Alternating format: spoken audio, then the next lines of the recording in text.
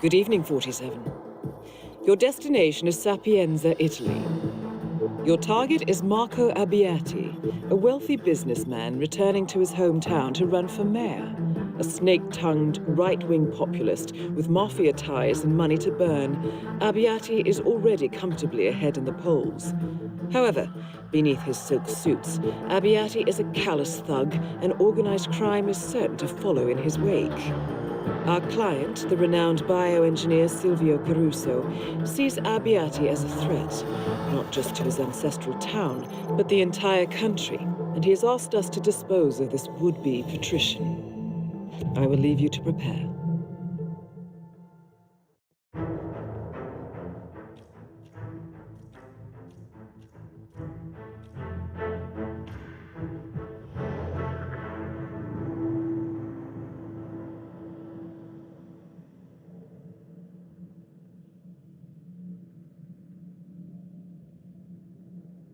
Marco Abbiati is throwing a political rally at the beach.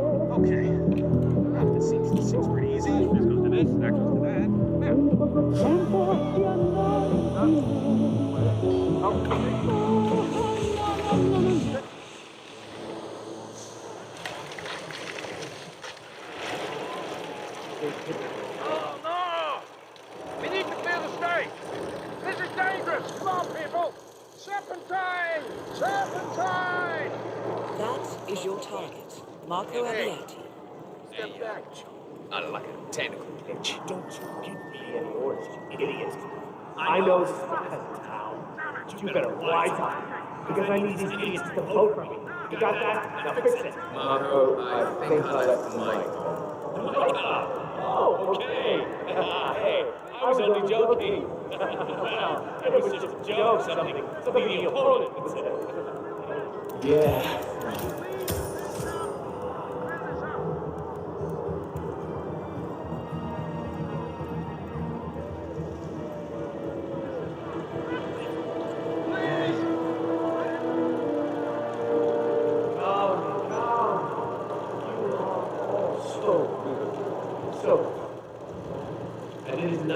Back home in Sapienza.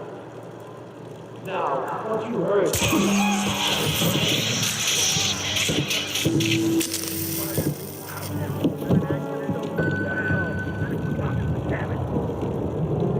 Target down.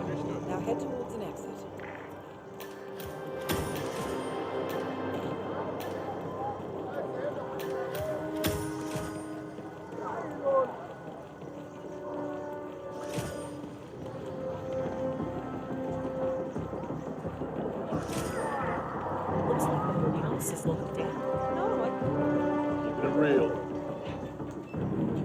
Excellent work, 47.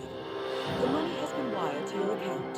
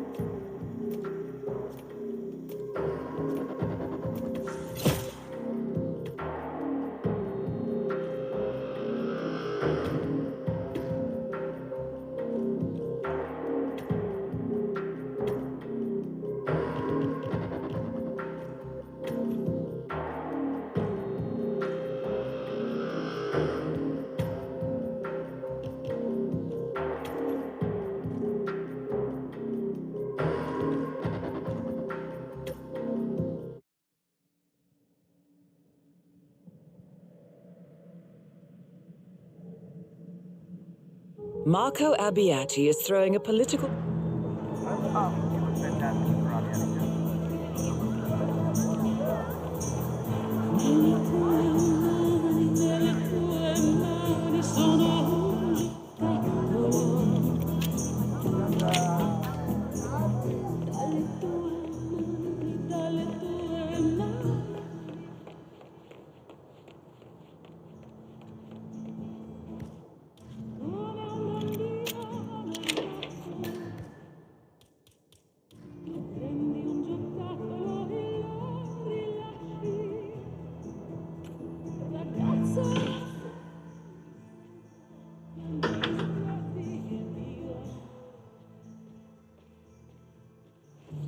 Great.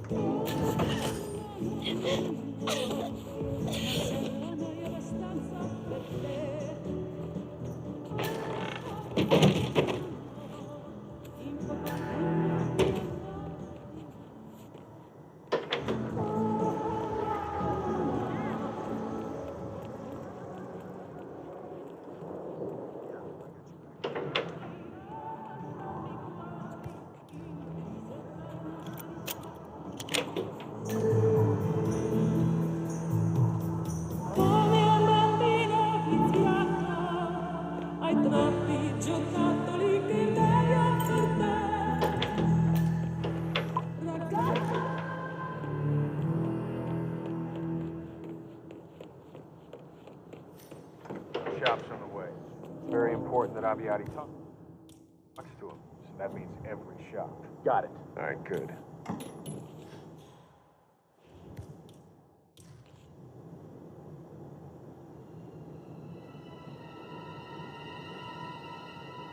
Yes!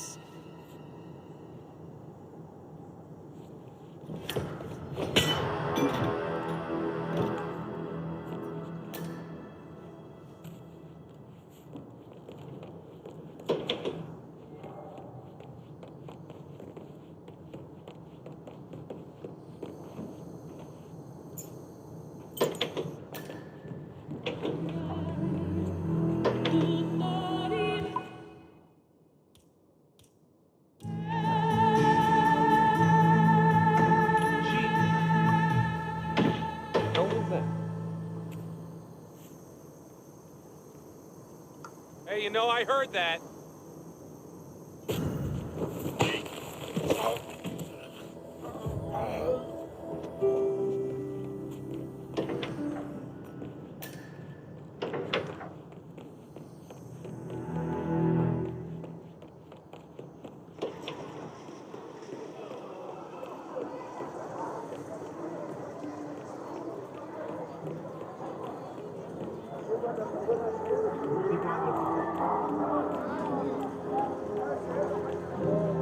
Tutti gli aspetti se ne sono andati, solo la luna mi fa camminare. She is cute. Let's take a look. I don't understand. Have you seen him? Very strange. Look, Andre. Want to have your picture taken with me? Oh, yeah, I would love it. An honor, Mr. Abbiati. Yeah, whatever. Marcia, you ready? Good. And now, just a bit to the left. I want to look good next to you. Oh, we're not married. Oh, Not yet. Good. Could you just move a little more to the left? Of course. Wonderful. A little further. Thank you. Okay, now look right into the camera. Right in. Yes. Perfect. Godlike. Thank you. Grazie, bella.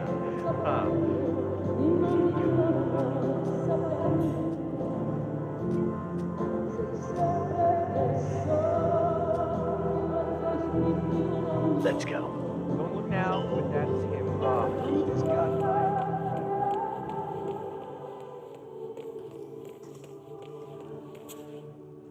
Who are you?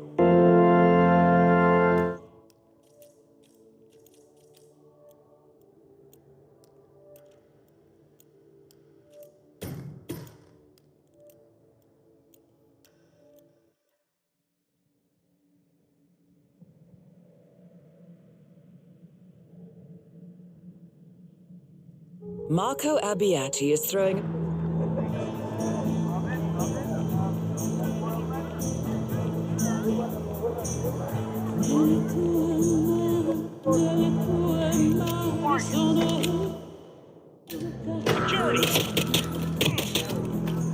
No way!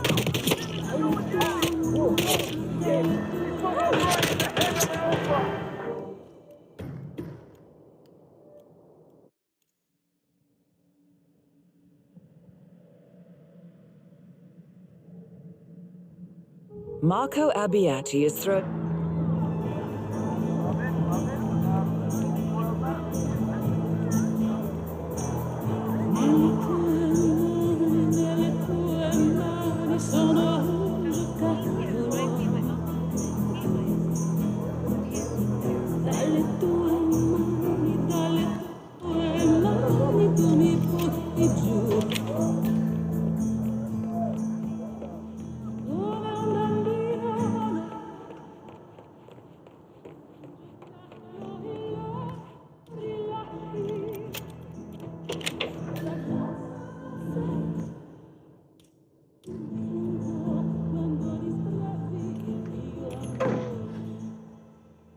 It's not normal to throw stuff around.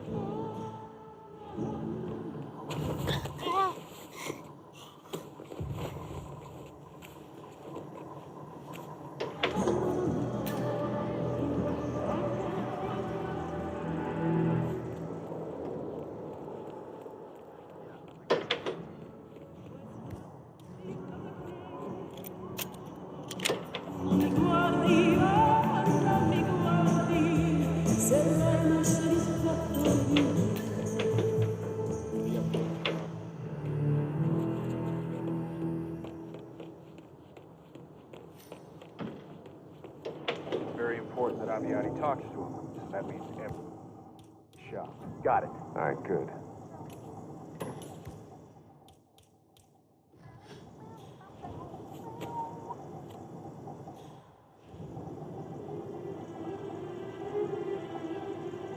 Yeah, I'm awesome.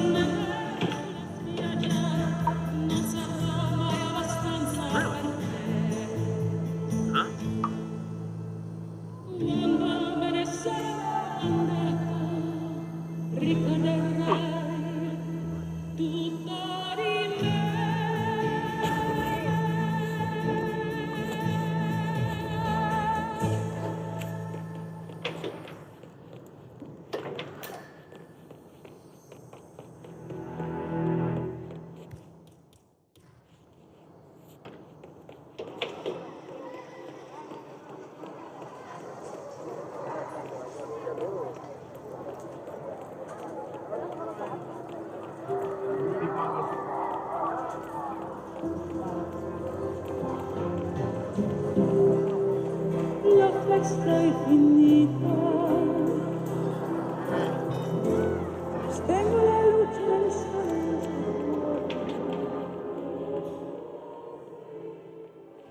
I don't understand where you follow me.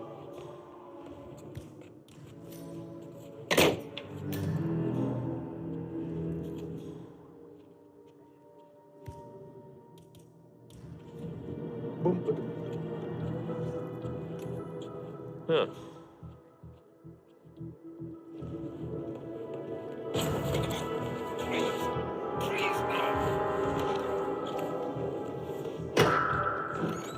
Hey! Leave that person where they are! Tommy! Someone stop!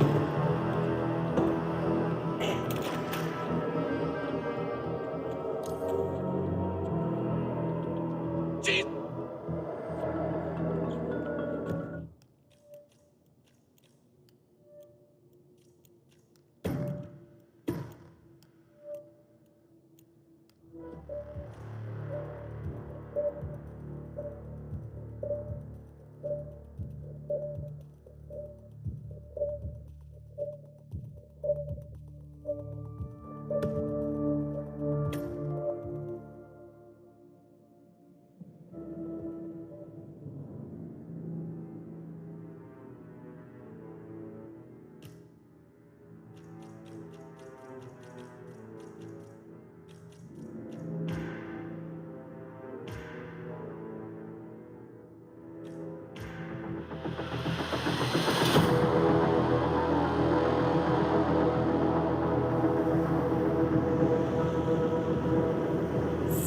families. That's all it took. The Ingrams, the Carlyles, the Stuyvesants. Tell us everything about them.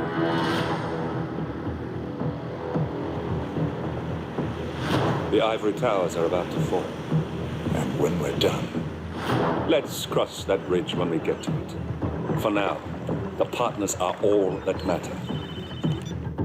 There's an issue. Of course there is. Olivia's tracked the names mentioned by the Constant, and they're dead ends. how dead?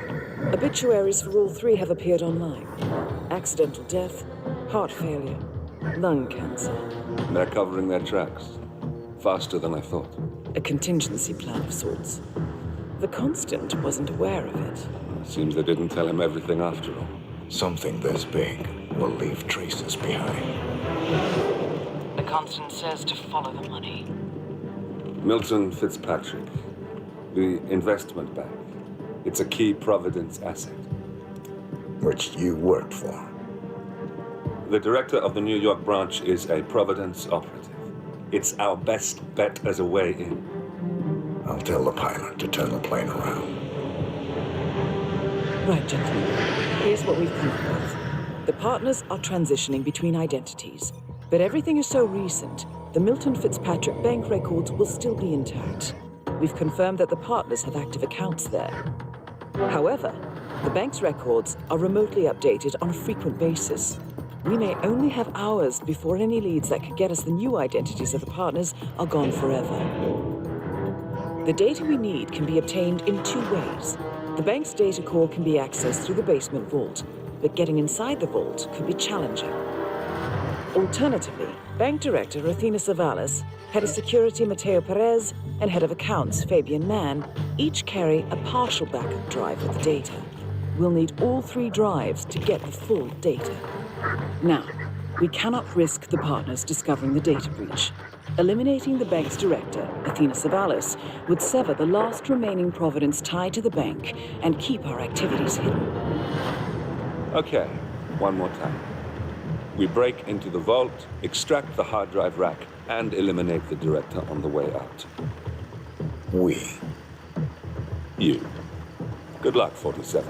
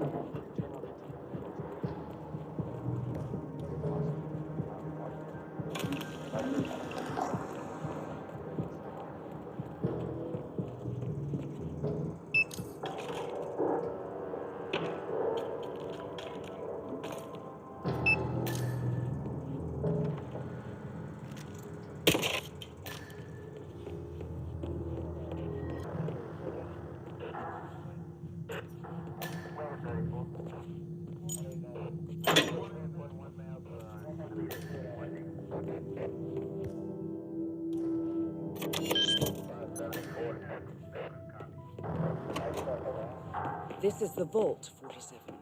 The data core should be behind that large...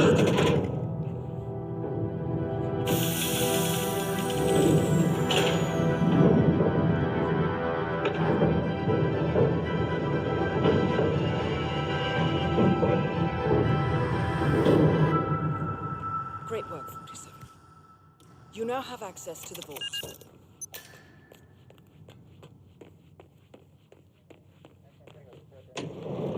I'm really sorry, but we've had to section off this area for now. The head of security suspects there may have been some tampering. Well, at least it's not as bad as that time in Queens. Remember that? Oh, the 6,000 semi-incinerated files we had to tape together? Don't remind me. Yeah, I'm just saying, maybe Now, the camera looks broken. Who's gonna know? Sorry, not on my watch. Talk to Perez if it's that important.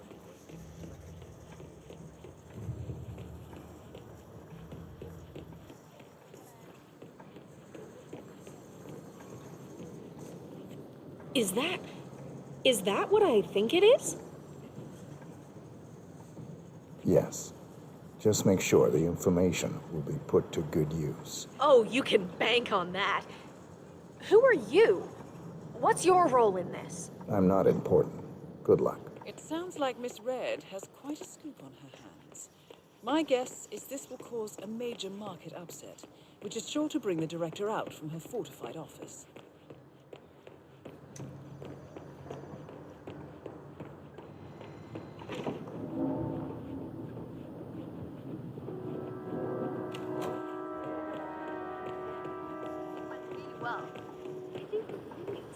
Yeah, I mean, I was calm and focused, and I mean, there is a guy in the bathroom looking his guts out with blood, so I got to feel my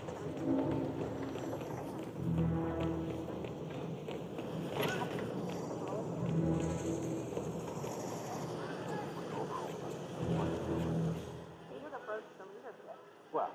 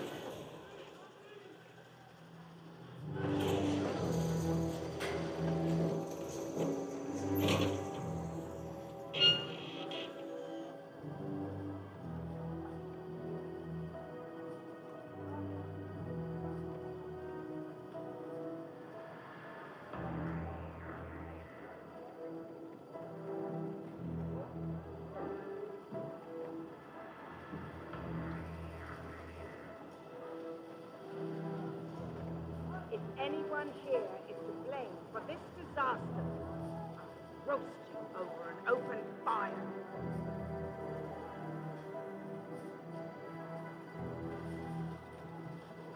How much more shit can happen today?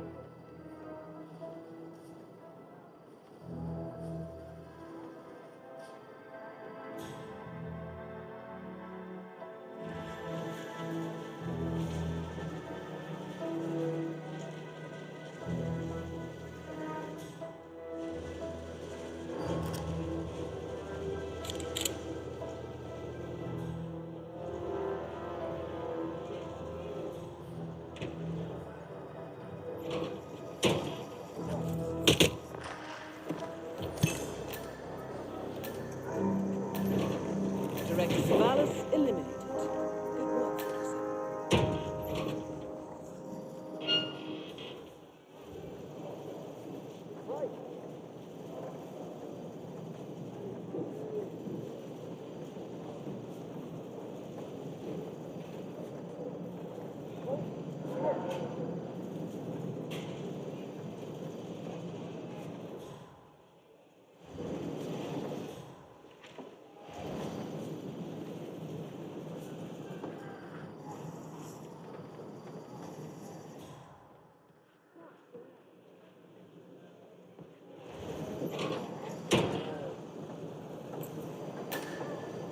The first backup data disk secured.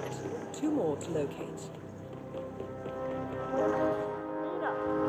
Sorry, I lost sight of you. Ma'am? Where are you, ma'am?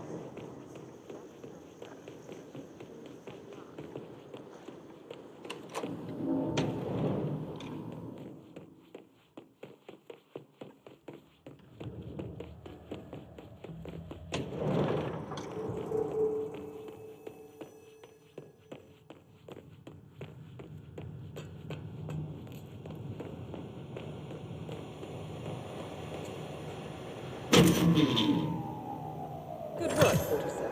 That's the evidence secured for now. Careful not to lose it. If anyone sees you with that rack, my guess is you'll draw a lot of unwanted attention to yourself. That's the last objective completed. Exfiltrate the bank, 47. Miss Hall, want to have a close look at that data.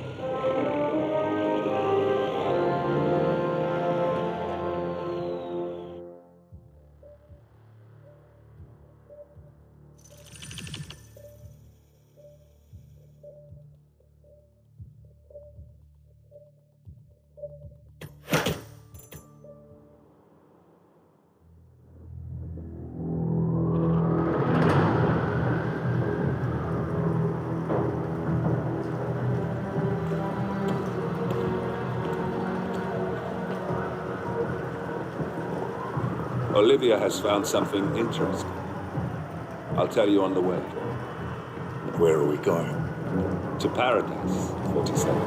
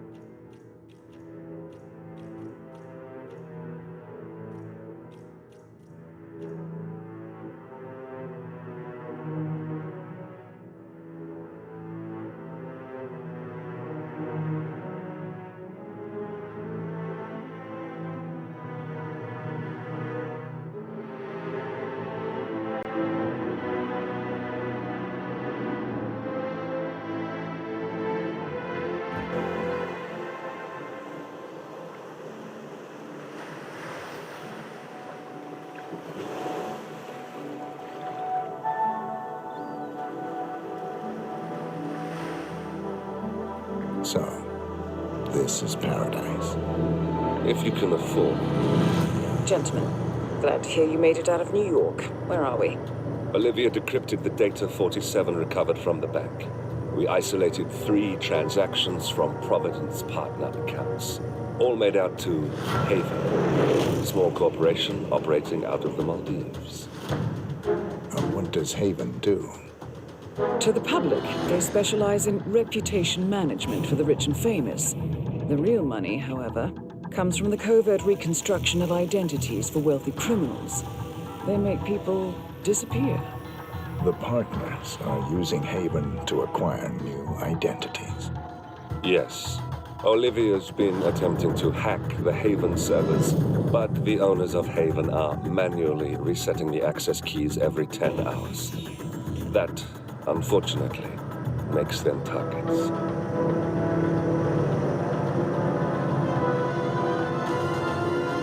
Haven Island is a true tropical paradise. Owned by the company's founder, Tyson Williams, the island is used by Haven as a combined headquarters and client entertainment center. Current and potential clients are ferried to the island and treated to the very best the Maldives have to offer. Michelin star chefs, a full massage spa, private huts, exercise facilities, and all the comforts of a luxury island resort are made available to them. 47. 27, we'll be sending you in as a potential new client. We've put together a convincing cover story. You're Mr. Reaper, a thief for hire looking to disappear for a while. Your mission on the island is simple. You need to eliminate the 3 owners of Haven. Tyson Williams, founder and rumored tyrannical CEO of Haven. Ludmilla Vetrova, a former confidence artist hired by Williams to serve as a client recruiter and handler. And Stephen Bradley, technical wizard and the brains behind Haven's proprietary software platform. With the owners gone, Olivia will be able to penetrate the Haven servers long enough for her to secure the new partner identities. I've uploaded all the information we have on the island and the 3 targets. Best of luck, gentlemen. I don't rely on luck. Well, a little wouldn't hurt.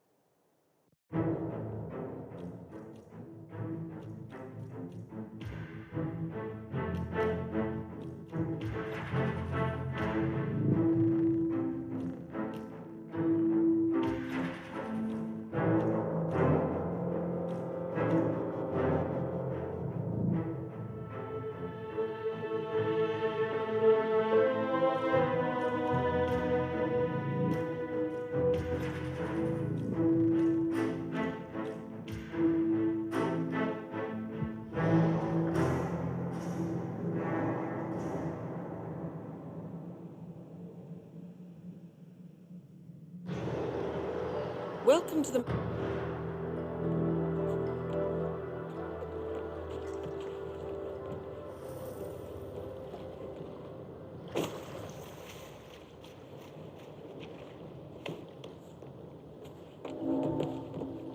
Wonderful, Doctor. I'm sure Mr. Williams appreciates it. Seeing you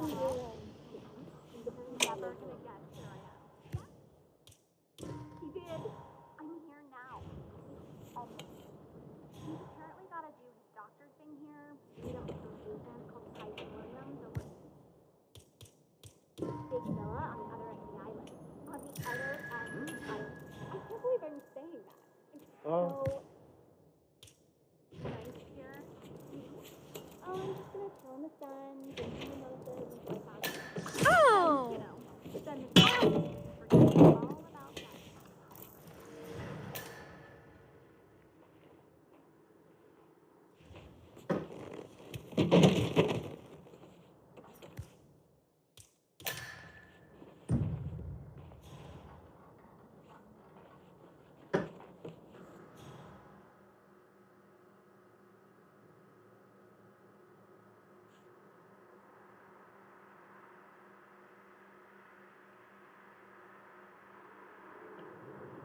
Damn.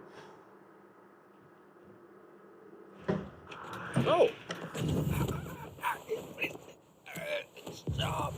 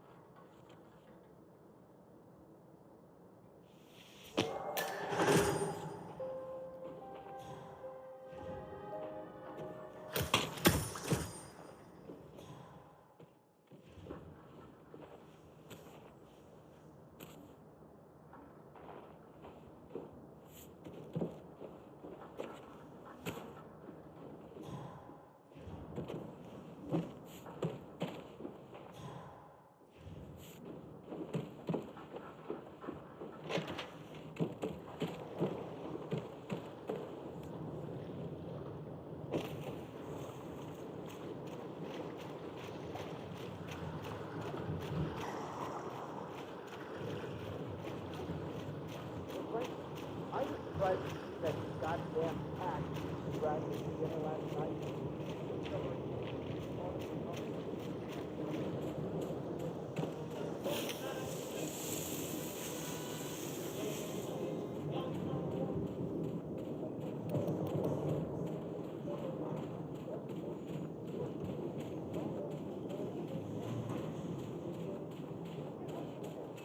very sensitive to an amount of time. The rest is Well, then I would suggest you sit this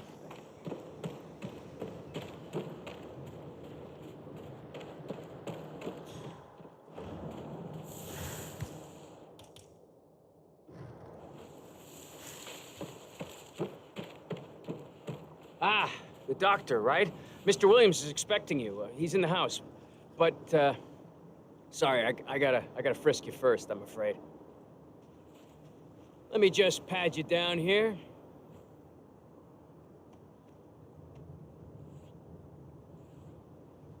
Thank you.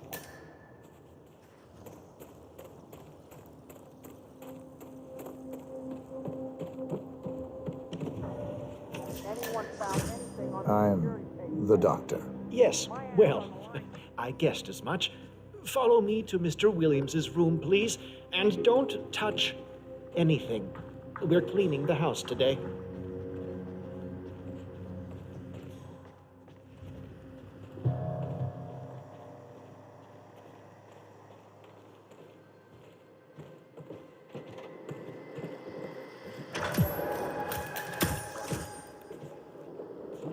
Please wait here.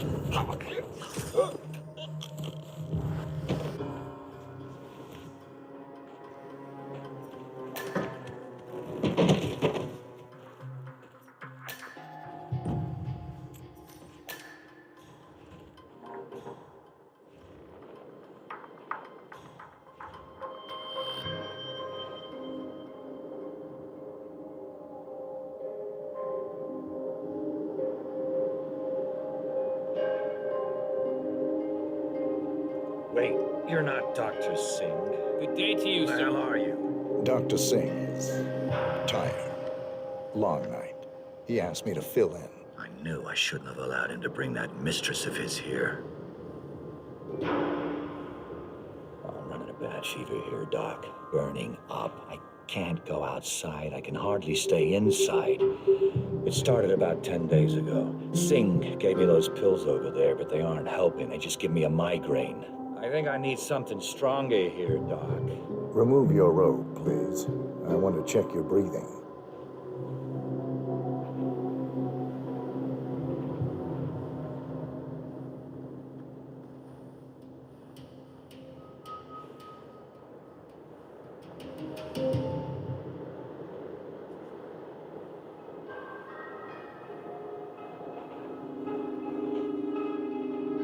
So, you're running a fever, Mr. Williams? Yeah, like I said, more than a week now, but the worst thing is the headache.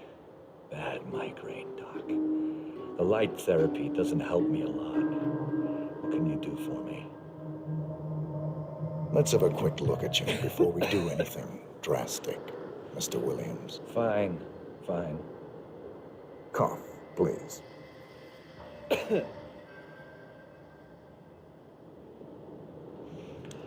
Look, tell it to me straight, Doc. Is it bad?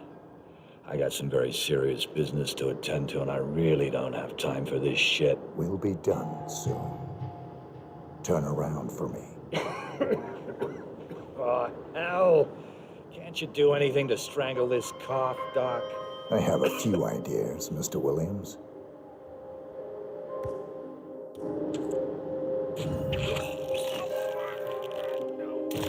Tyson Williams eliminated. Excellent work, 47.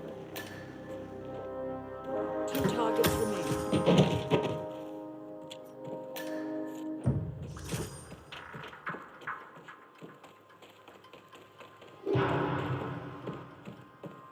No one found anything on the security tapes yet. My ass on the line here, you got it? Whoever stole Mr. Williams' with. Jeez.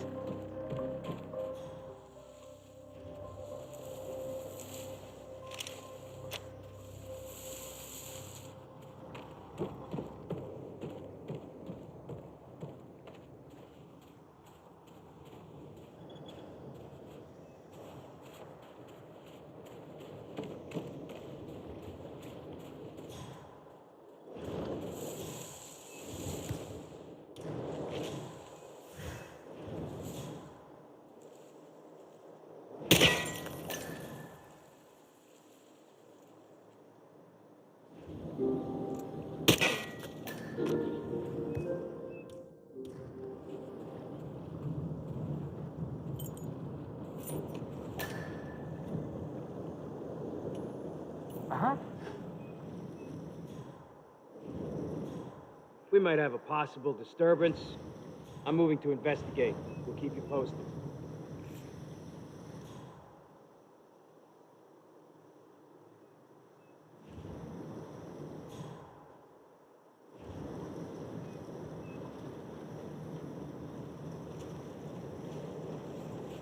Huh?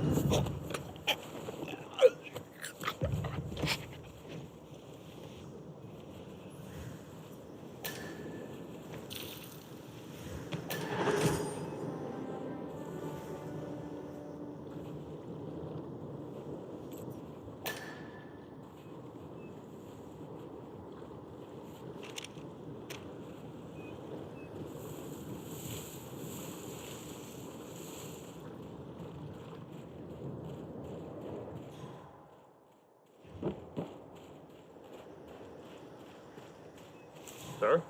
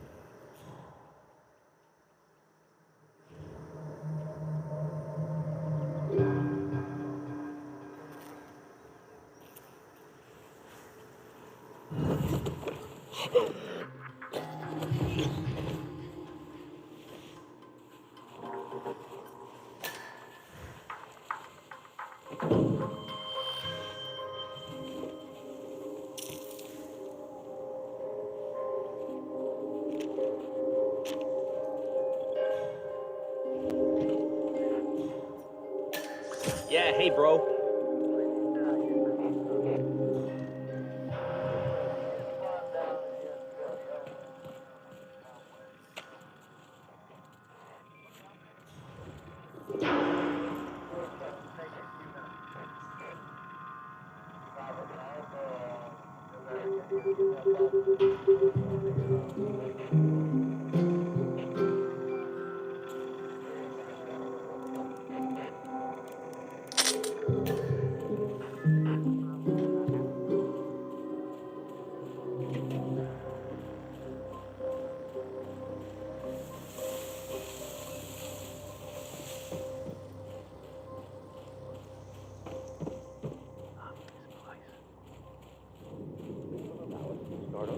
Get all those damn lawyers and journalists off our backs. Start making...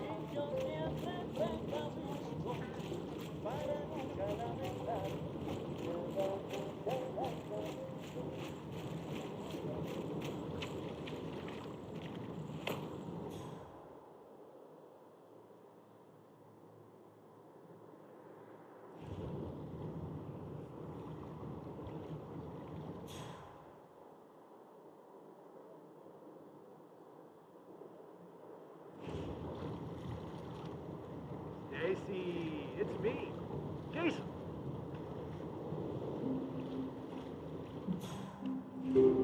Hang on.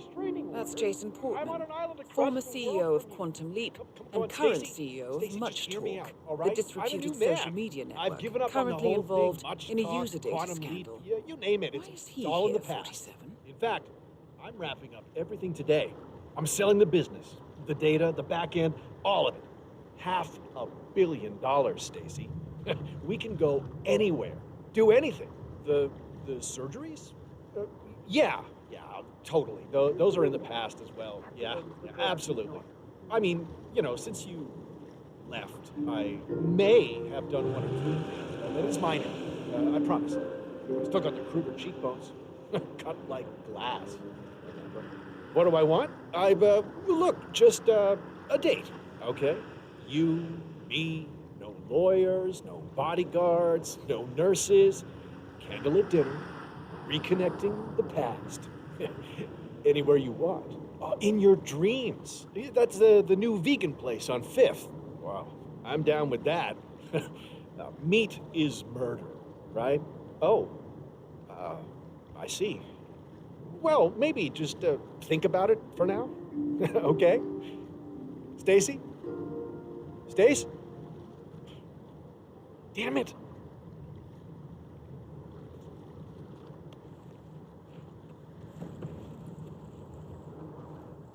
God!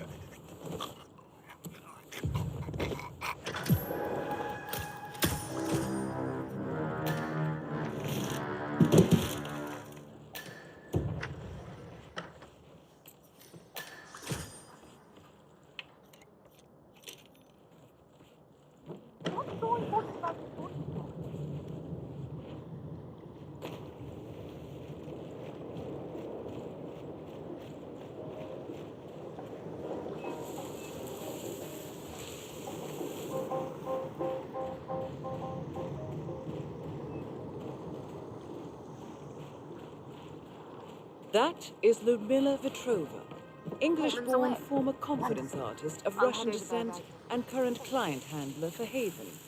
Careful with this one, 47.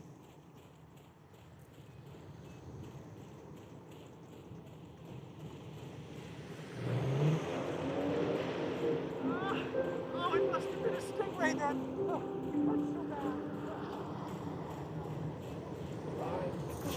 I'm still shaking from last night. Can you believe that Stephen Bradley guy? How is he even allowed to work here? Well, I'm afraid it's going to be hard to find. Get to it, Steven. Ready? Steady. Go.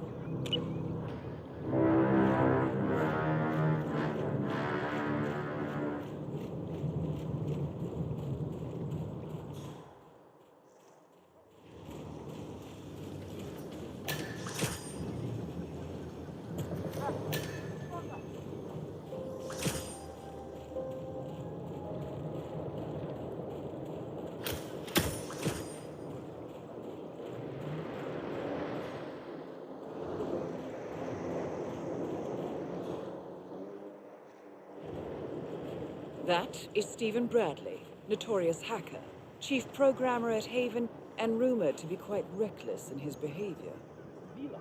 Okay. Enter the password, certification. Load up the app on the USB, install it on your C drive. That's it.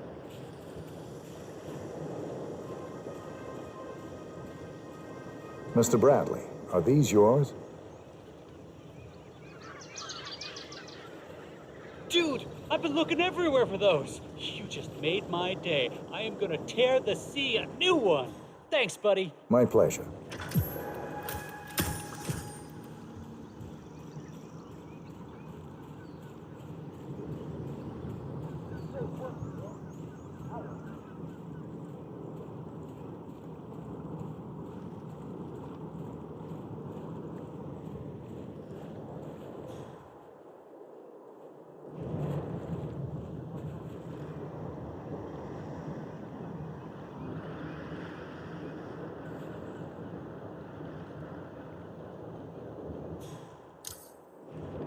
Good work, 47. Ludmila Vetrova has been permanently retired. Just one more target to go.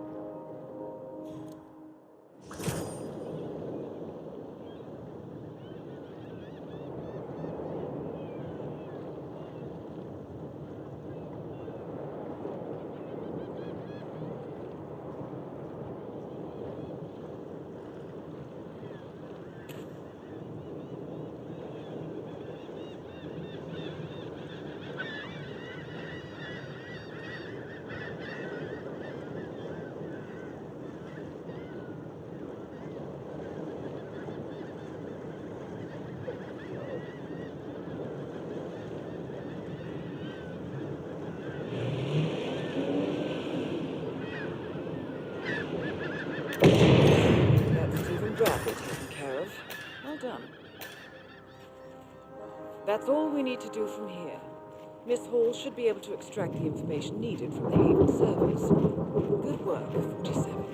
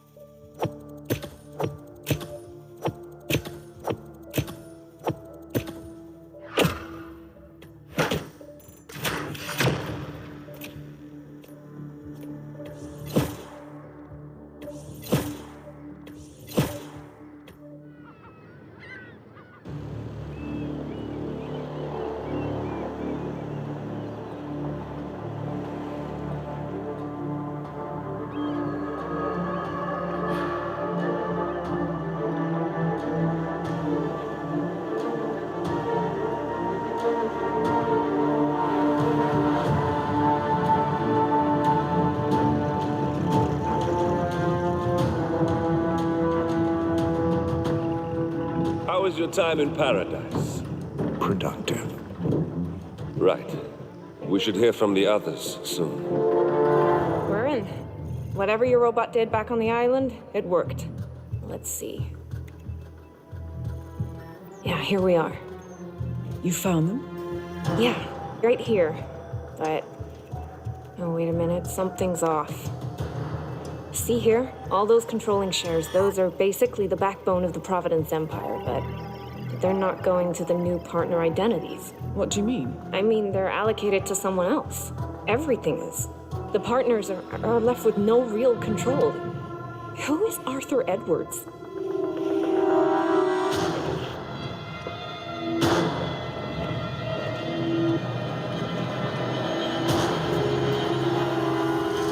The Constant.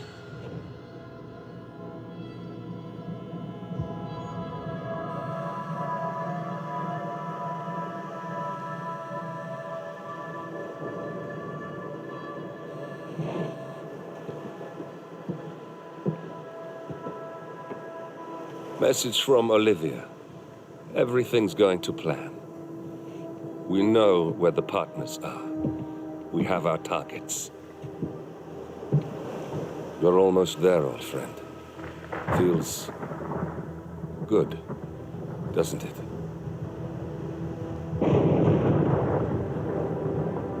We should head out before the storm hits.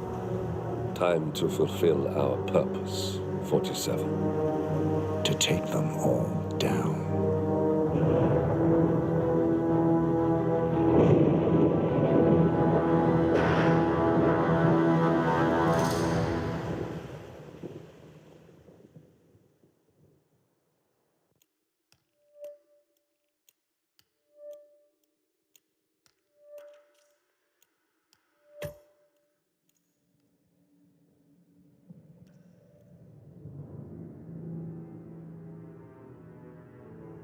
Agent 47 and Diana Burnwood are the world's top assassins working for the ICA. Unknowingly, they have been hired by a shadow client to target a number of operatives of Providence, a secret organization working in the highest echelons of power. Providence's controller, the Constant, approaches Diana and makes her a deal.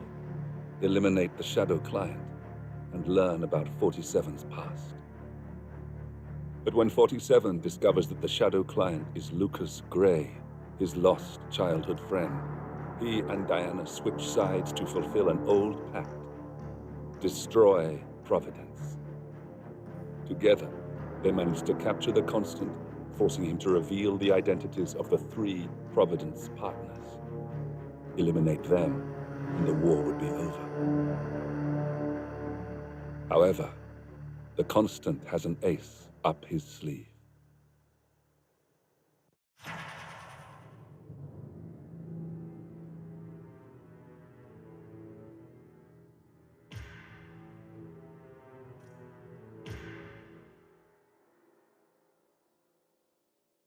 Look closer. In the shadows. Behind the everyday world. Beyond the headlines and the seats of power. A hidden hand.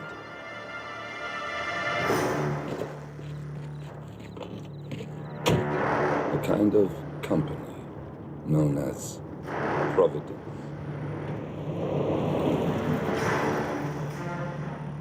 To it, we were just assets. To use and throw away. To do the unthinkable. The unforgivable. And it never gave us a second thought. Until now. After decades in the shadows, we are fighting back. Me and 47. Much has been lost, but we are closer than ever. We trapped the Constant, Providence's chief controller, and finally learned the names of its 3 partners. Look closer. In the shadows. Behind the everyday world. Beyond the headlines and the seats of power. A hidden hand.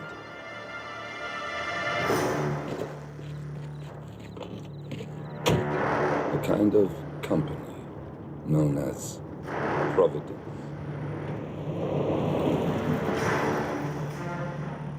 To it, we were just assets. To use and throw away. To do the unthinkable. The unforgivable. And it never gave us a second thought. Until now. After decades in the shadows, we are fighting back. Me and 47. Much has been lost, but we are closer than ever. We trapped the Constant, Providence's chief controller, and finally learned the names of its 3 partners. In their downfall, we lay the past to rest. And, just maybe, look towards the future. 47. It's time.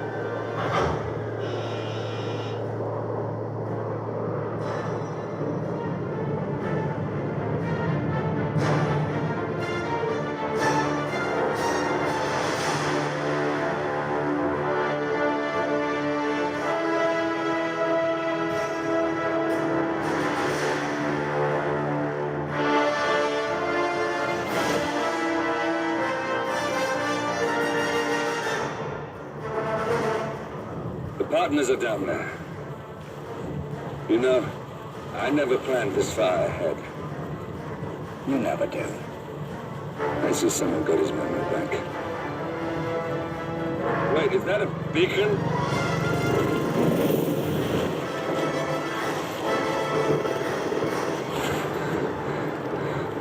What the hell? Base. Alexa Carlisle's helicopter just took off. Confirm target locations, over. Diana, what's the status?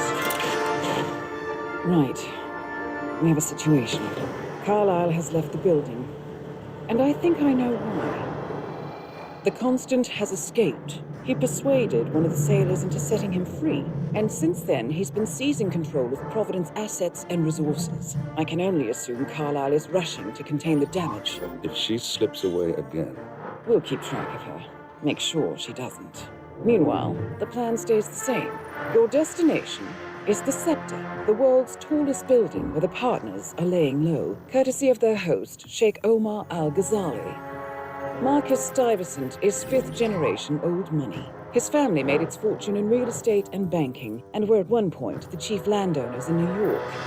Carl Ingram is a powerful Washington kingmaker whose family grew rich selling gunpowder during the American Civil War, and later established a globe-spanning empire in oil, coal, and steel. Both families long since retreated from public view, but their quiet dominance endures to this day. Now, the partners likely suspect that we're coming, So Mr. Gray will infiltrate building controls and disable all electronic doors and elevators. Stuyvesant and Ingram are about to find they have nowhere left to run. Right. This is our moment, 47. Providence ruined our lives with the flick of a pen. Today, we return the favor. Happy hunting.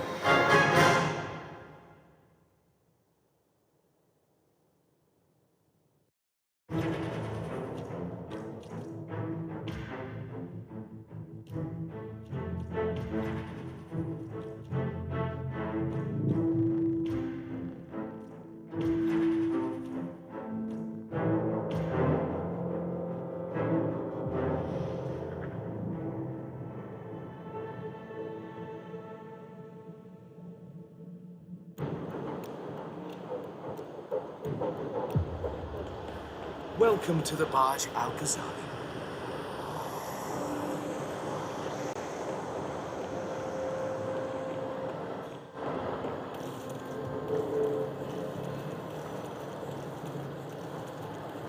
Welcome. Hello. Good to see you. What's the How update on my lovely new to car? see so many familiar faces. This has been a dream of mine for a great many years. And as all of you know, I am from the less privileged sides of the respectable a small home for my father. I should build up a construction empire that is worthy of the great Al-Ghazali. Command, got a possible 517. Moving in to I would like investigate. to thank my cousins, without whose friendship and influence this achievement. Christ. Thank you. I'm proud to yet again immortalize our great men.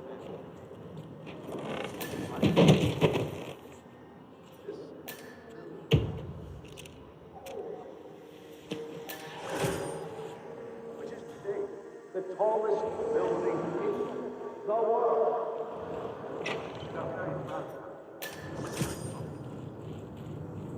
So I'm humbly proud to open the Bird Al-Ghazali. Oh, the scepter. We might have a situation. I'll check the perimeter. Over. Shifty.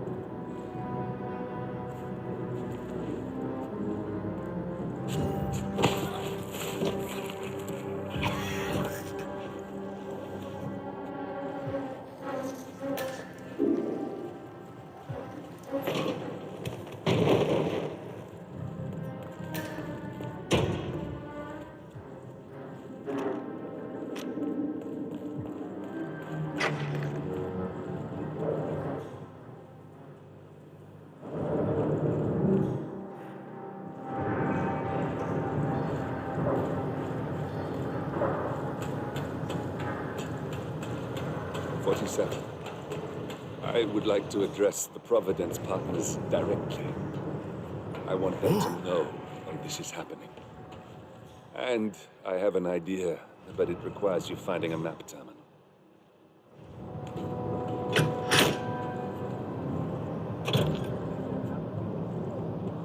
What makes you say that? All the water surrounding the electrical thing?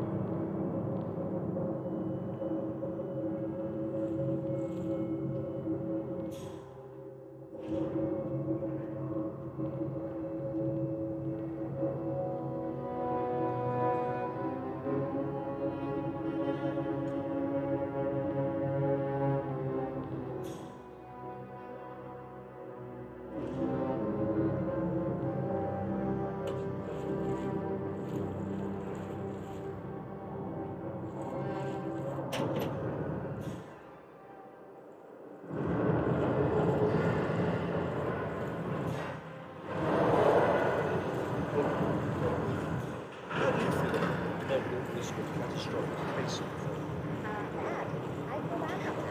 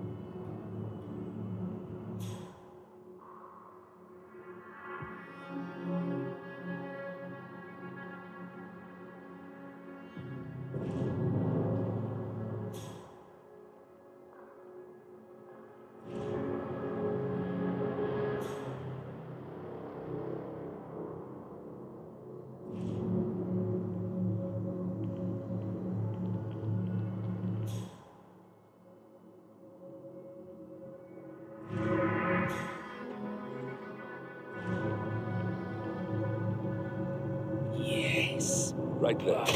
That's Marcus Stites, Providence partner, self-entitled and arrogant little wolf. He might not look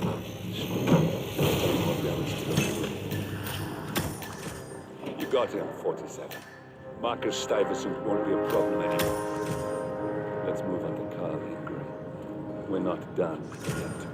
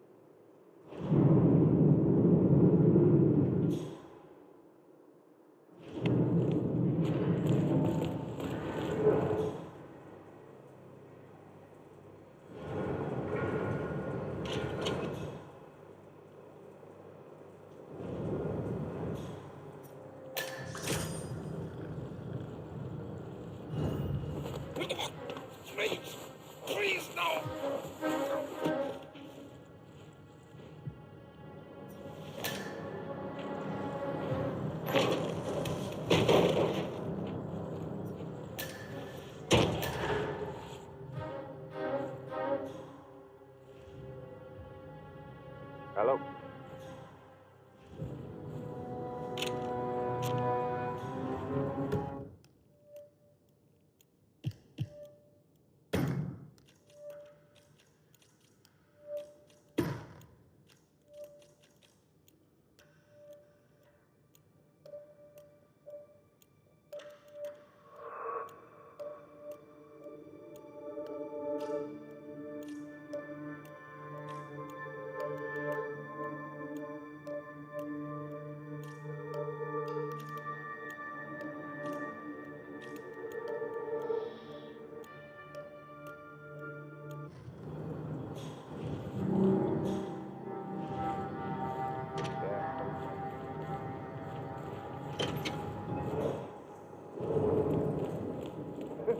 Okay. Okay, but remember, you need to activate the alarm on both floors, otherwise nothing's gonna happen. Good. Yeah, I will do. Yeah, have a good shift tomorrow. Talk to you later. Bye.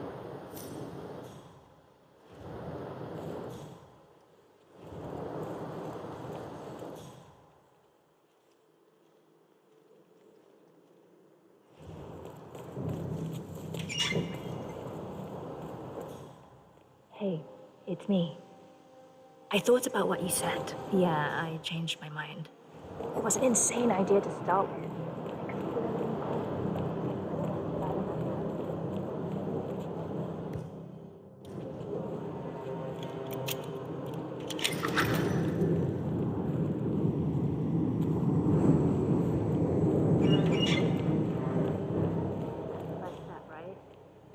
Enjoy your day, sir. Yeah, I've locked the golf ball up in the maintenance scrub.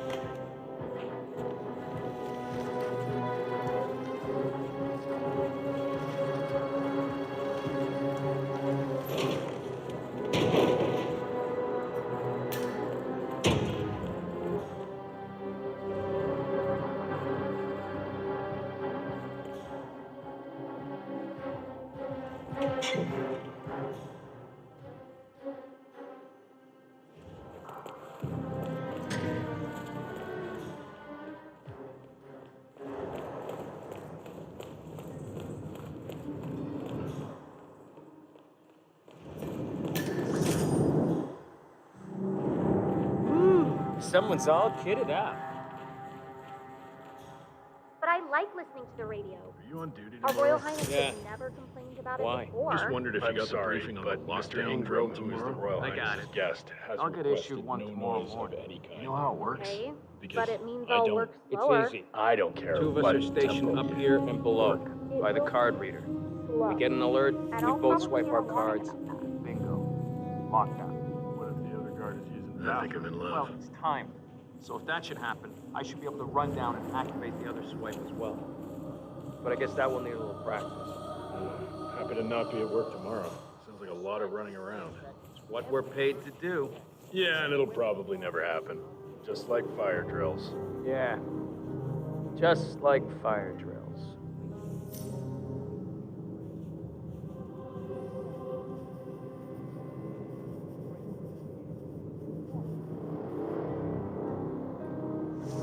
Oh, it's been ages since I've read Brown.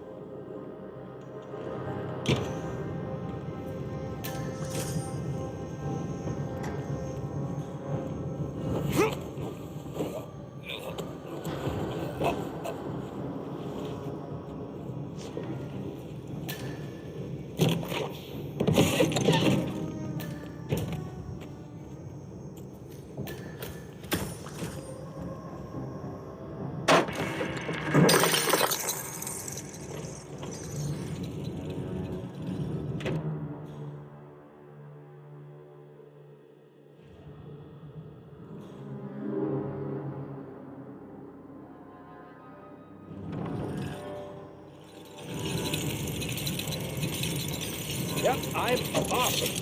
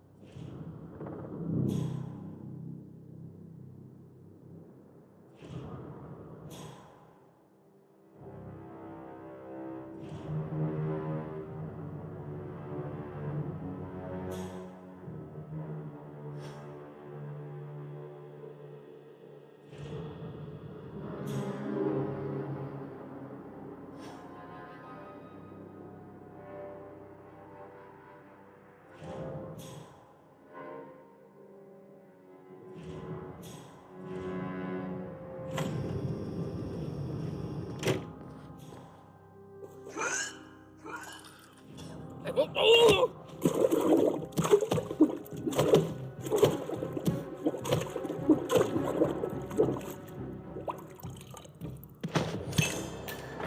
got to 47. Soon there will be no more Providence. You need to find an exit. Our business is done here, but it's far from over.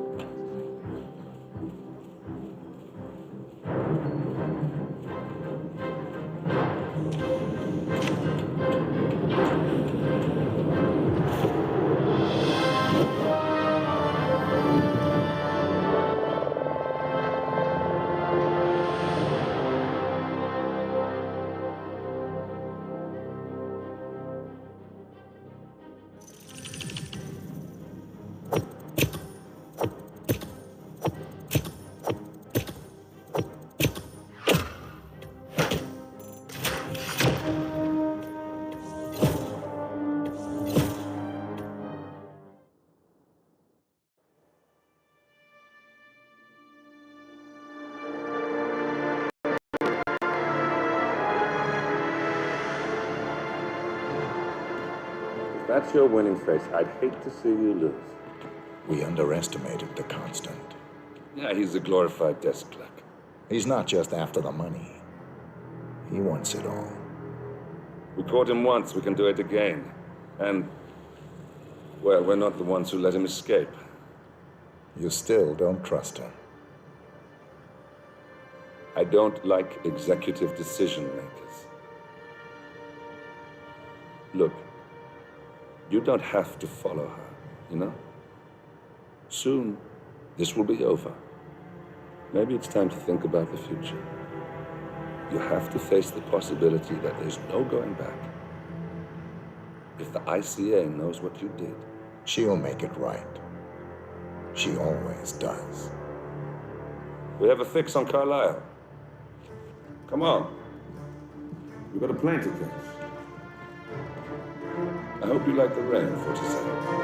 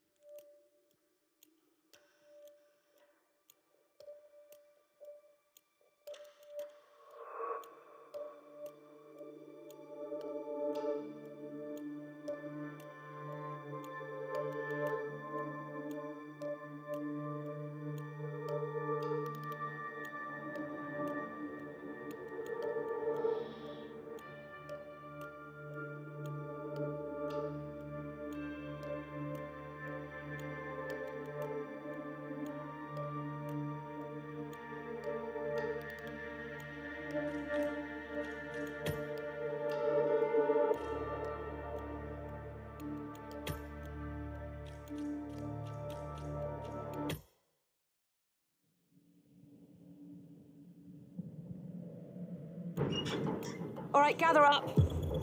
This is briefing 4. There's something you're just gonna walk on one day?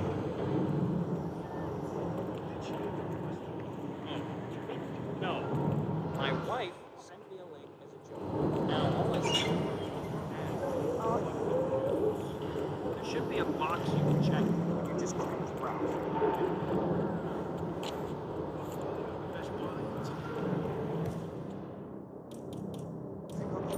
I think I can open that window remotely. Scan the lock with your camera and I'll have a try. Whatever.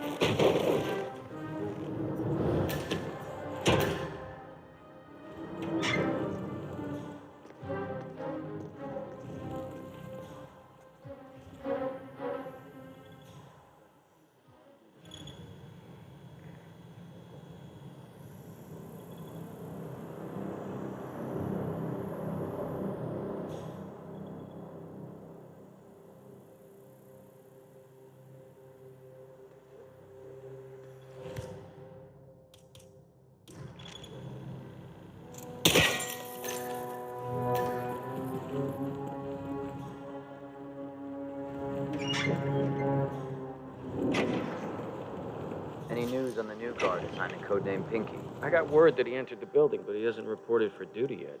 Probably still down at the depot, getting his uniform. I just hope he's got his papers with him. I heard rumors that he used to work for that Dalwood Rankin. You know, the Bollywood producer who died. Doesn't sound promising. Familiar faces here No, today. it doesn't. This has been a friend of mine for a great many years. And as all of you,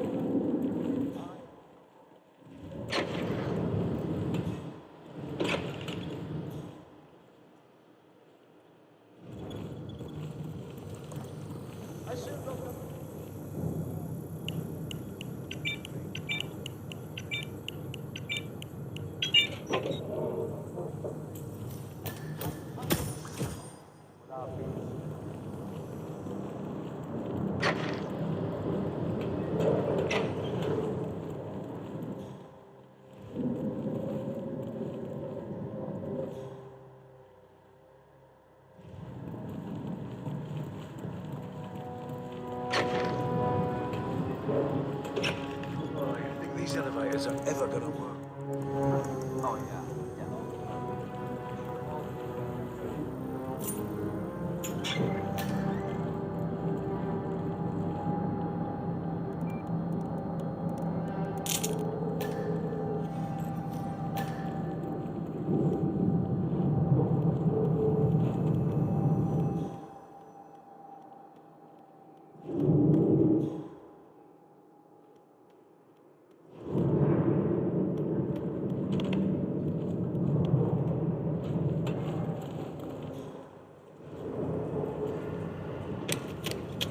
What?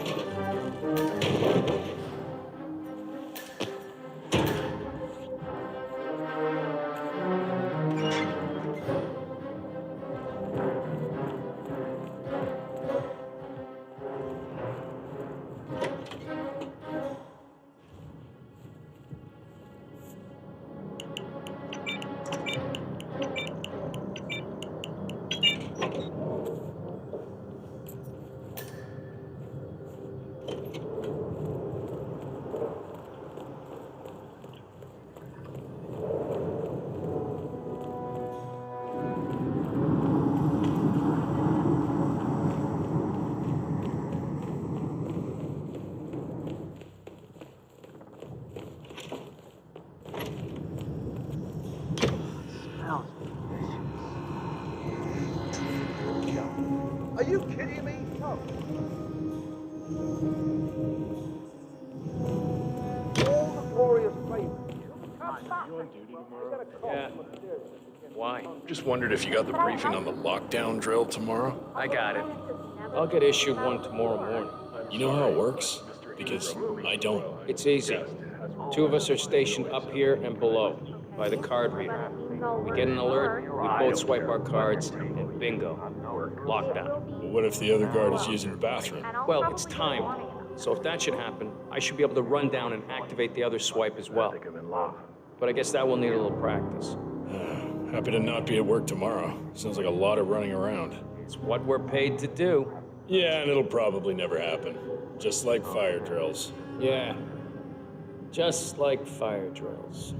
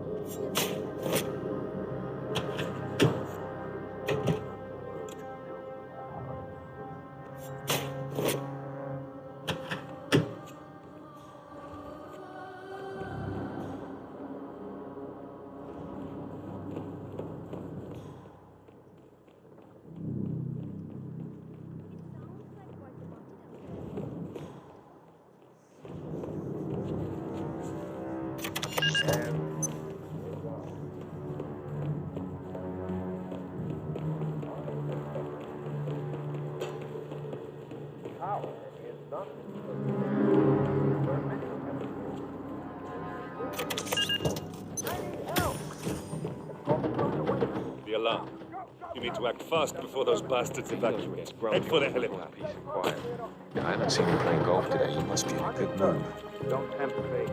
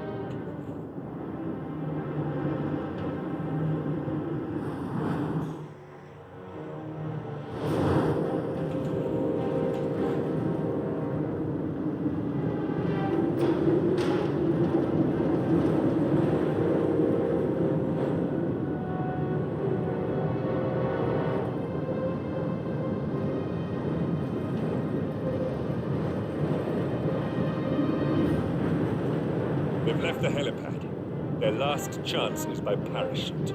Make sure that doesn't happen.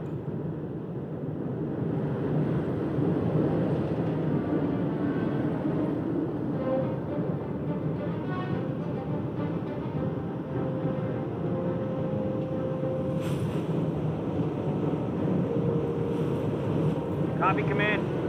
Still looking. No sign of the perp.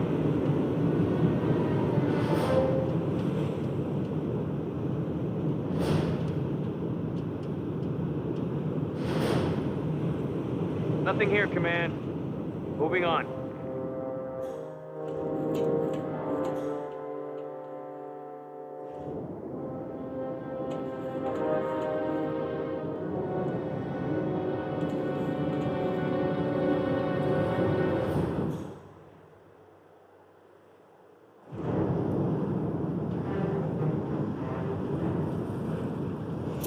Pretty please.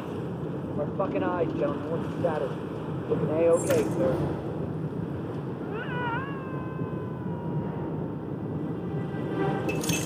You got him, 47. Marcus Stuyvesant won't be a problem anymore. Let's move on to Carl Ingram. We're not done yet. We got him, 47. Soon there will be no more Providence.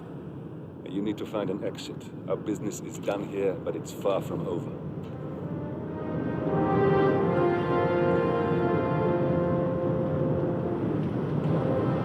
Area clear. Proceeding to next sector.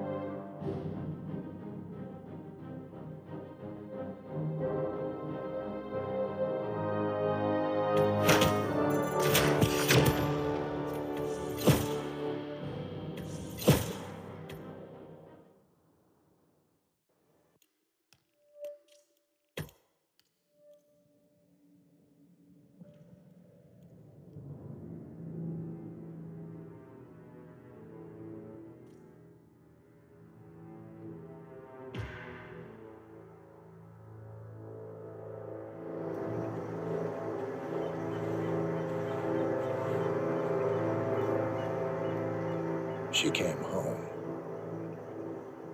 Carlyle's lost an empire. You fall hard enough, you tend to be reminded of what truly matters.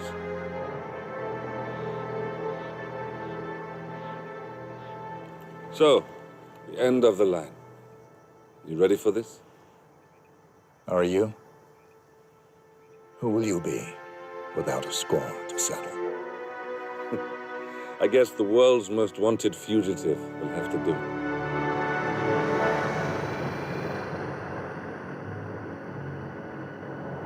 Alexa Carlyle is dead. According to the funeral invitation, that is. So naturally, it caused quite a stir when the late matriarch turned up at the breakfast table, alive and kicking.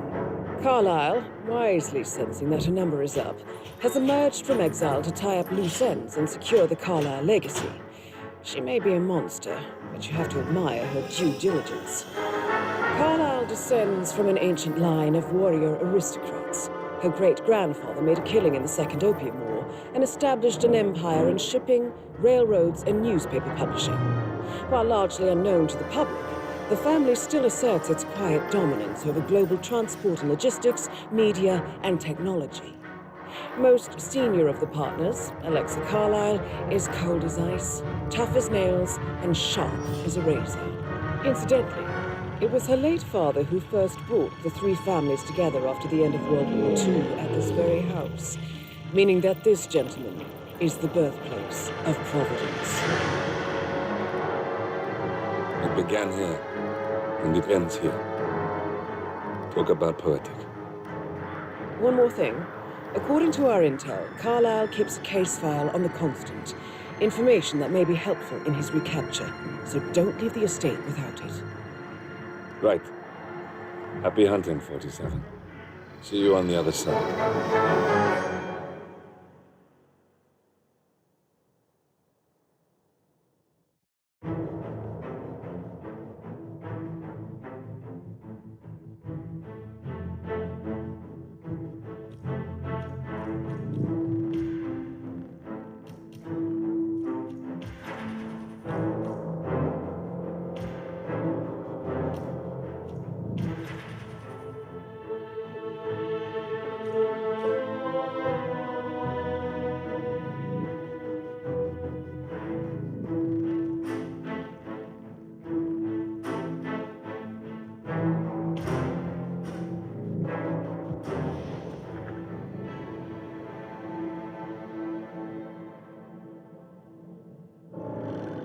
Thornbridge Manor.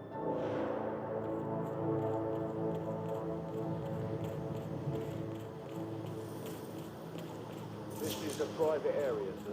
Phineas Whitmer, private investigator. I have an appointment with Madame Carlyle. Please wait.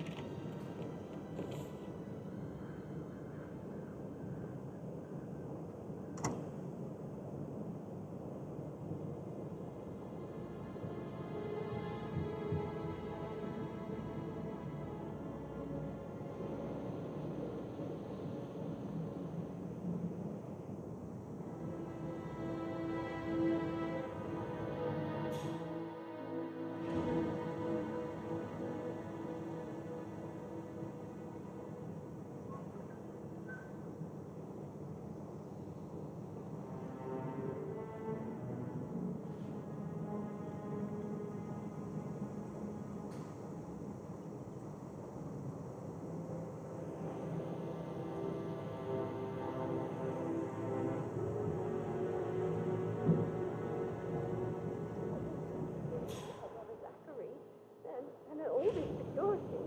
I've never seen a place guarded like this, and I dare say I don't like it at all.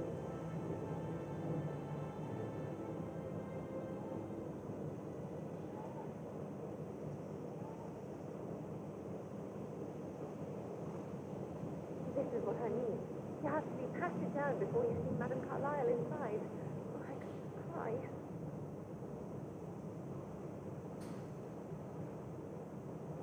Sir, I just need to check. That's a bit excessive, I think, considering the fact that I spotted no less than 2 routes to get inside the house unseen. We know what we're doing, sir. Don't worry about that.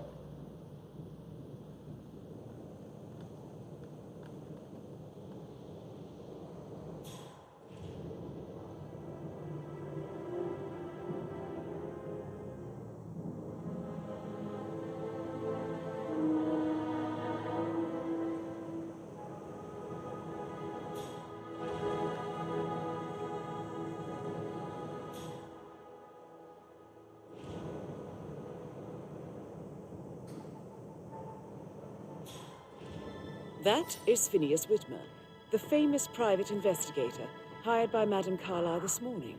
I'm curious why he's here. Maybe you should do some detecting yourself, 47. A famous private investigator summoned by Alexa Carlyle has arrived at Thornbridge Manor.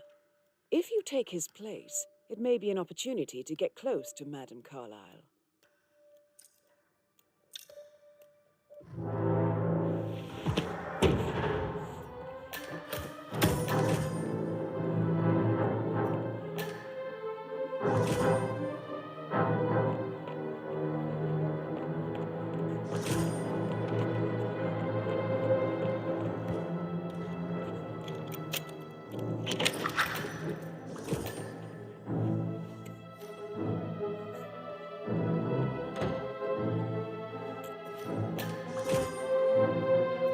appears to be a half-burned diary belonging to Zachary Carlyle. It says he and Madame Carlyle murdered their older brother 46 years ago, and that Mr. Fernsby helped them cover it up. He was planning to confess it all. Interesting.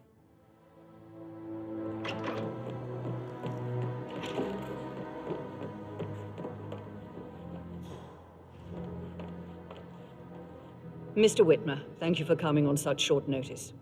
A great tragedy has fallen upon us, and I need a quick resolution, handled with absolute discretion. Results and discretion are my specialty. Very well. I suppose you will want to start at the crime scene. In my experience, a thorough examination of a potential crime scene is half the job done. Good. Fernsby will take over from here. I am Mr. Fernsby, the butler.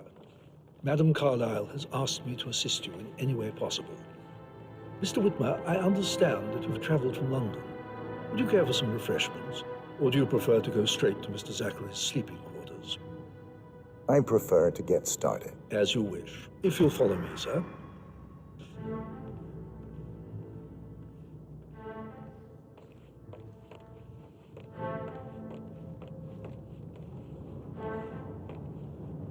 I feel obliged to point out that current affairs surrounding Madame Carlyle are of a delicate nature.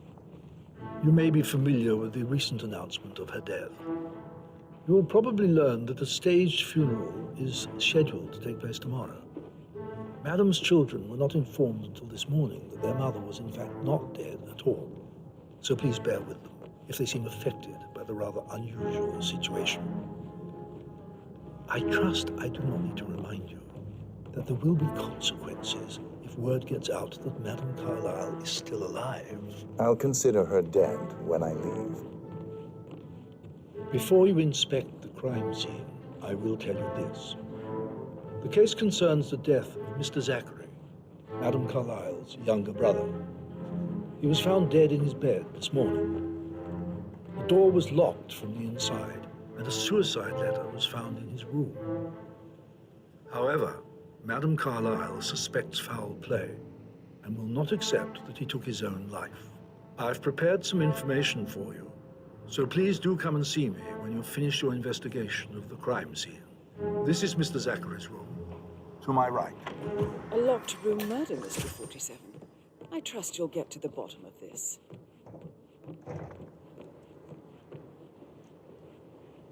Why don't you use your camera to scan the dead body, 47?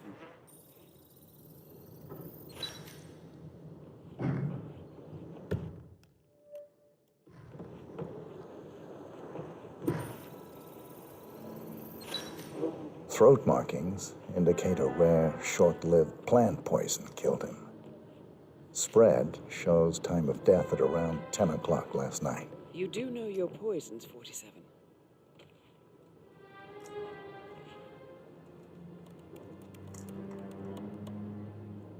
Zachary was shopping for New Wellingtons last night.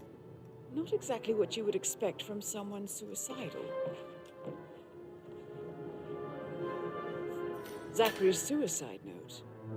Also, a sample of handwriting. It could be relevant to compare to other samples to establish its authenticity.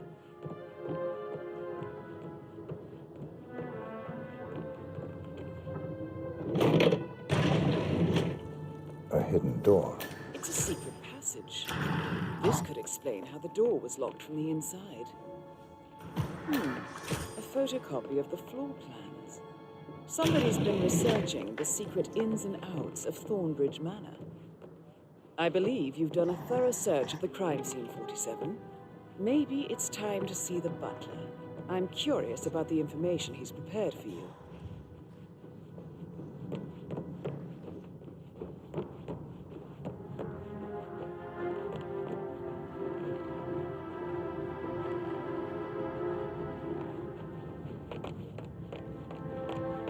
Mr. Fernsby, I'm done with the crime scene. Did you establish a time of death?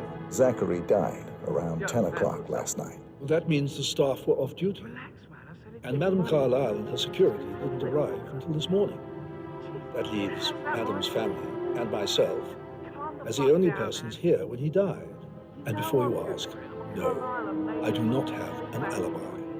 I was alone in my office at the time of death. Here's the material that I prepared for you. It's a list of the possible suspects and their quarters. Hopefully that will help you keep track of your findings. Please come and see me when you've solved the case, and I will take you to Madame Carlyle. Mr. Fernsby clearly didn't commit the murder, but I think you have enough evidence to convince Madame Carlyle he did.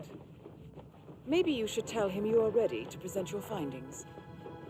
So how does one solve a murder mystery, 47? Motive, means, and opportunity, I believe. May I suggest you ask the suspects for alibis? Or perhaps do you prefer searching the manor for clues first? Unless, of course, you want to do some more detecting, 47? I'm afraid. We don't have any extra fuses. Ethel looked every...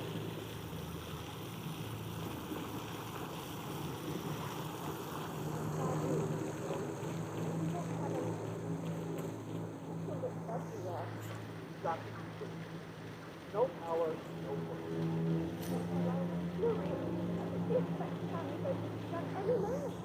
I need these to happen, okay? And I need it to be perfect.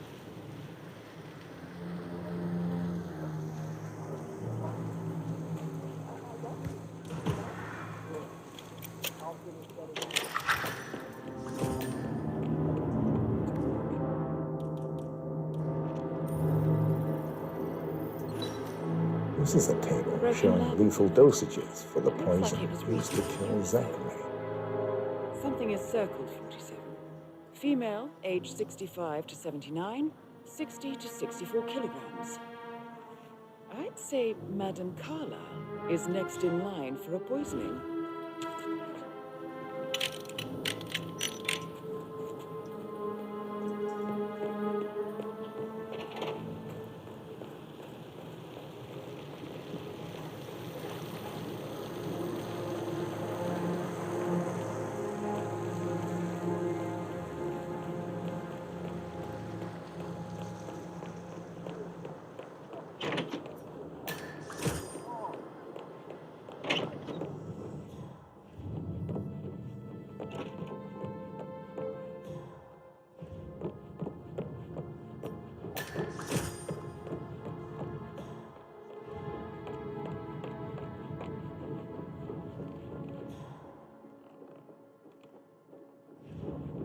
Hi there.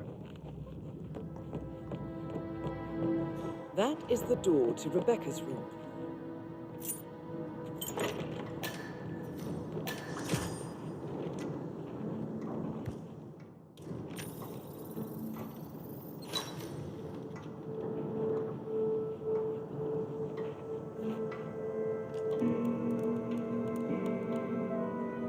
I can see from the log that Rebecca was in a conference call from 9 p.m. to midnight last night.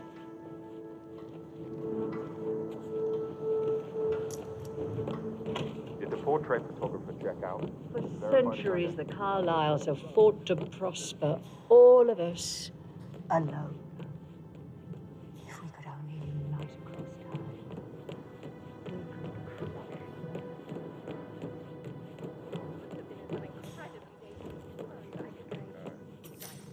That door leads to Emma and Gregory's room.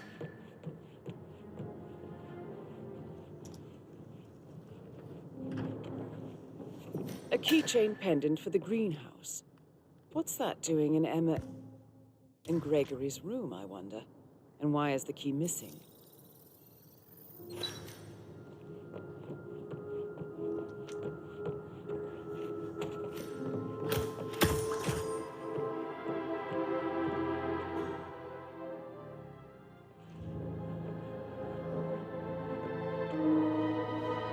Now this is interesting, 47. A letter from Emma's mother stating that Emma is the illegitimate child of Alexa's late older brother, Montgomery. And listen to this. She claims to have witnessed Alexa and Zachary murder him. The plot thickens.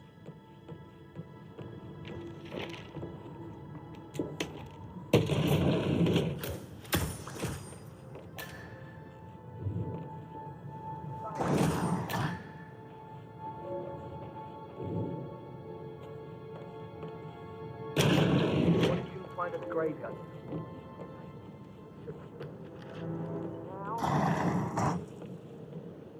An old letter, 47. Never opened. Must have slid under the secret door nearly 46 years ago. It states that Alexa Carlyle's older brother, Montgomery, wanted Alexa to become the heir to the Carlyle Empire instead of himself. Interesting. You're an excellent detective, 47. Uncovering truths half a century old. If you frame it correctly, I believe you could use the information to convince Madame Carlyle that Zachary committed suicide. Maybe you should ask Mr. Fernsby to see her. Or perhaps Patrick you Carlyle. feel like digging a bit more. Can you tell me where you were yesterday evening? Shit, it's that sneaky butler, isn't it? He ratted me out. Elaine, give us some privacy, would you? Don't tell Mother, okay? She's really tense these days, and the last thing I need is more hassle. I took that pretty blonde, Rosie, for an evening stroll. I mean, how the fuck am I expected to cope for an entire weekend in this shithole? I'm bored out of my mind. If that's all, I think I'll get back to my slow death by boredom. What did you think of Zachary? Creepy as hell. No ambition. Imagine deciding to live in a museum. You know, Father says Zachary and Alexa used to be two of a kind. He had a great future ahead of him. Then suddenly, he just gave up everything. What an idiot. Thank God Daddy chose looks and brains over pedigree when he married Mummy. I don't have to worry about the inbreeding so customary in these circles. So... Did you see anything suspicious last night? No. I reckon Zachary topped himself. I know I would have. Or perhaps Mr. Fernsby. I don't like him. He could have done it.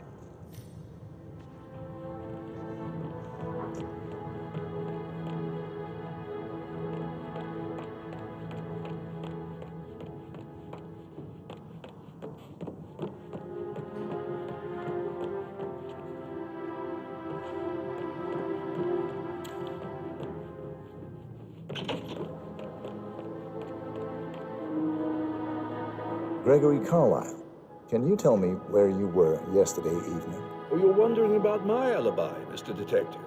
Well, I left Thornbridge around 8:30 for a pint with Edward.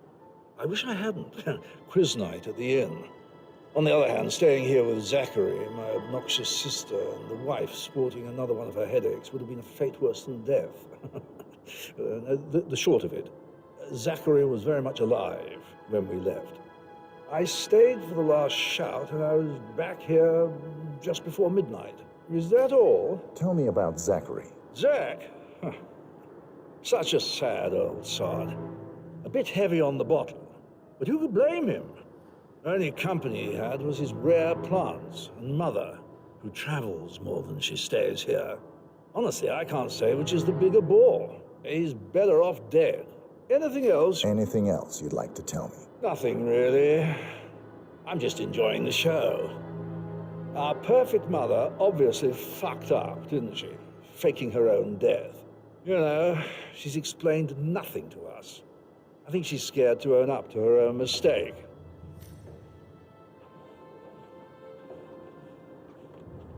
Emma Carlyle, can you tell me where you were yesterday evening? Surely I'm not a suspect. I need to account for everyone. Well, I spent the evening with my family, but I got an awful migraine and had to take to bed. Everyone can attest to that. I believe I went up when the boys sat down for a drink around 8 o'clock. Is that all? How did you feel about Zachary? To tell Madame Carlyle that Emma His presence is was the murderer. always awkward. Quite the detective. How do you have a 47. meaningful conversation with a man impressed. who only cares about plants? In my opinion, Alexa bears some responsibility for how this ended. She supported his self-limiting behavior by letting him live here. Anything else? Have you noticed anything else out of the ordinary? Nothing special comes to mind. Except, perhaps, I did get a feeling that Zachary was depressed, not just sad. I suppose he realized that he had no one with Alexa gone. Even Alexa must feel the pangs of guilt over that one, letting him believe she was dead. Then again, Guilt isn't her strong suit.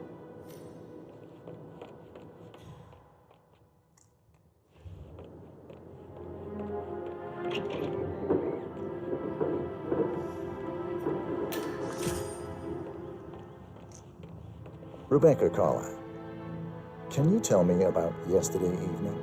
We don't really see much of each other, my brothers and I. I suppose it takes our mother's funeral to bring us together, and even then, it's not like we sit on each other's laps. Now, let's see. Patrick, Gregory's son, disappeared straight after dinner. You know, I think he might be in some sort of trouble. Edward wanted to go as well, but Gregory convinced him to stay for a few drinks before they went off for a pint at the local at 9:15. I swear Gregory enjoys Edward's discomfort over staying here.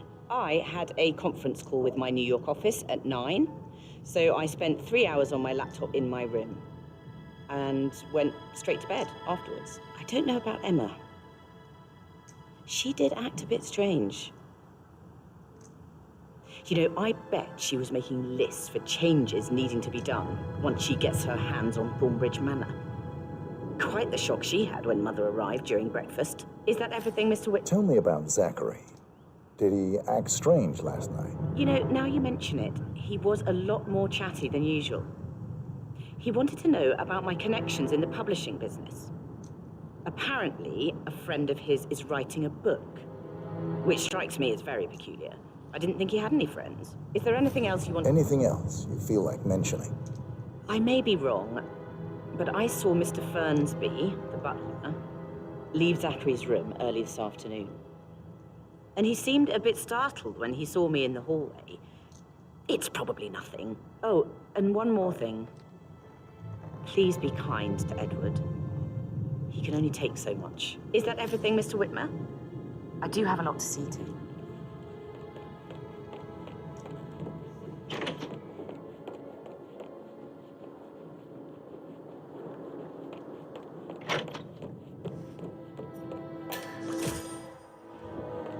Professor Edward Carlyle, can you tell me your whereabouts for last night? Oh, yes, this dreadful business with Zachary. I stay at the local inn. You see, I prefer not to spend the night here at Thornbridge Manor. My brother Gregory came along for a nightcap. He'll never admit it, but I think he understands that I find this whole thing upsetting and wanted to provide some comfort. I believe we went to the Stag's Head around 8:30. If that's all? Can you tell me about Zachary's behavior last night? I certainly didn't expect him to commit suicide. Sure, he was upset by Mother's supposed death. We were. But he seemed more engaged than usual. You should ask Rebecca. They had a long talk. Did you know that he hadn't left Thornbridge Manor in nearly 50 years? His plants, Mother, and the staff, all the company he had. Anything else I can... Did you notice anything else out of the ordinary? You mean apart from the fact that we came here to bury our mother and she shows up alive and kicking? Zachary found dead in his bed this morning? Or perhaps that the planned funeral is still taking place and I have to do the eulogy? And Mother will surely have a strong opinion on it afterwards. I can't breathe. Excuse me.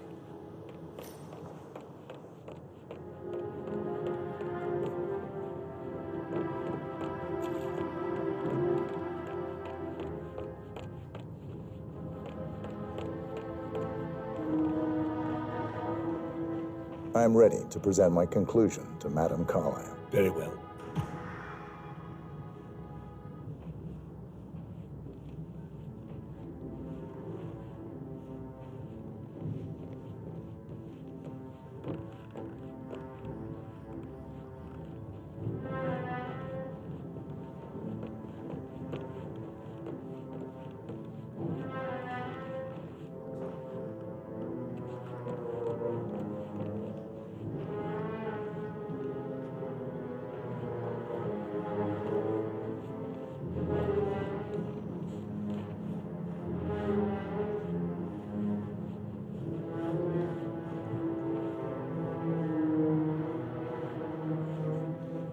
Looking good today, sir.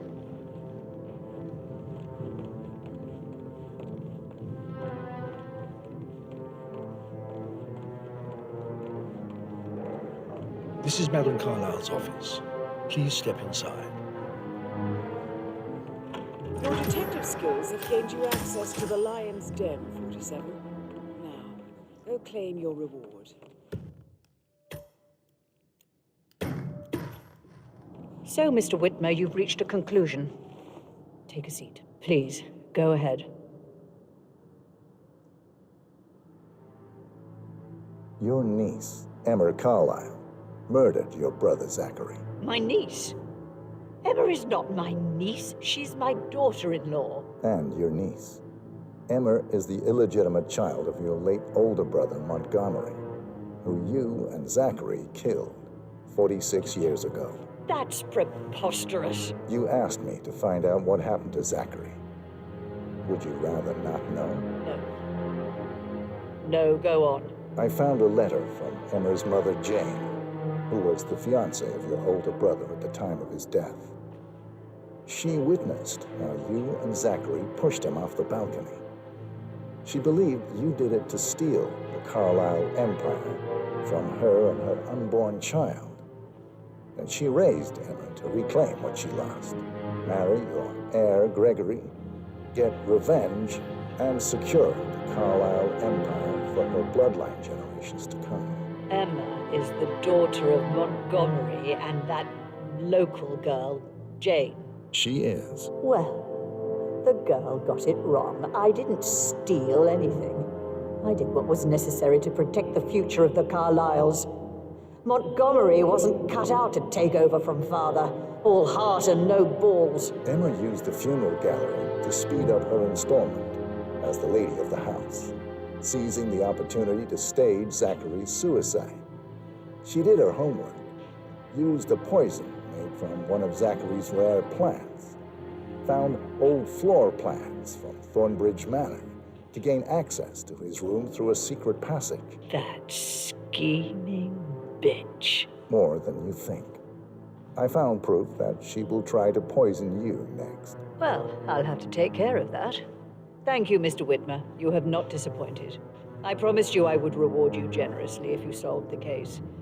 So, what do you suggest? I want the file you have on Arthur Edwards. Edwards, the constant. But how do you... Oh, I see. I expected you might show up. But to kill me, not help me. But I've been wrong on so many things lately, so why not this one? I will give you the file on Edwards. You've earned it. I don't suppose I could convince you to deal with my daughter-in-law now you're here. I would like to see her dead. No? What a shame. I'll have to see to it some other way then.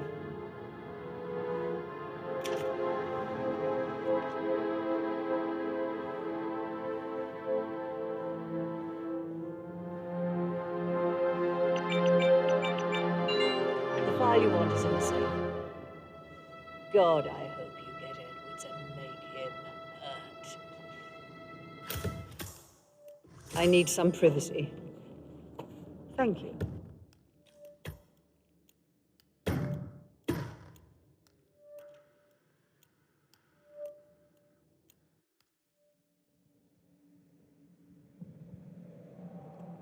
So, Mr. Whitmer, you've reached a conclusion. Take a seat. Please, go ahead. Your brother committed suicide. I need to see some evidence to believe that, Mr. Whitmer. Zachary was found dead in a room locked from the inside. He died from a rare poisonous plant he cultivated himself. He believed you were dead, and a suicide note explained that he did not have the courage to go on without you. That's what I don't buy. I cared for him deeply, but the truth is he hated my guts. My death would not make him commit suicide, I can promise you that. Perhaps the death of your older brother, Montgomery, then. I have found evidence showing that you and Zachary killed him nearly 50 years ago.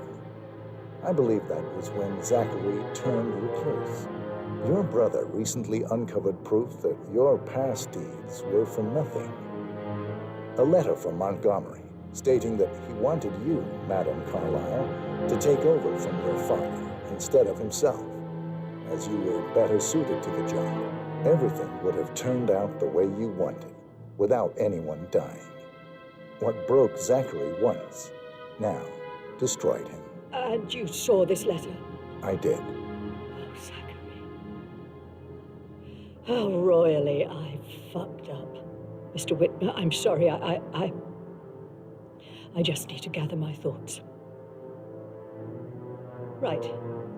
The payment for your services. Have you decided on an amount? Arthur Edwards. You have a file on him. Arthur Edwards. How do you... I see. Well played.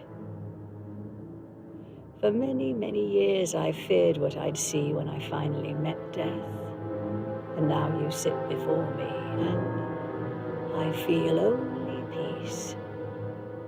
You see, I believe life is a fair fight, and I lost spectacularly in every way imaginable. It is time for me to leave the pit. Oh, before I get to that, your reward. The file you want is in the safe.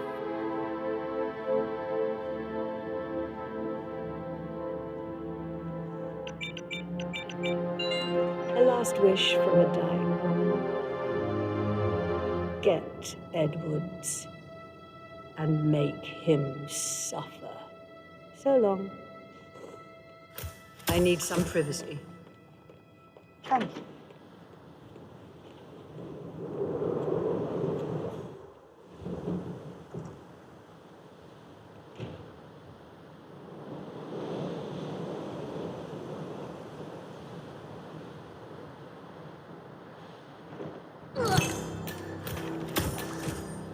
That's Madame Carlyle taken care of. Time to get the file on Arthur Edwards.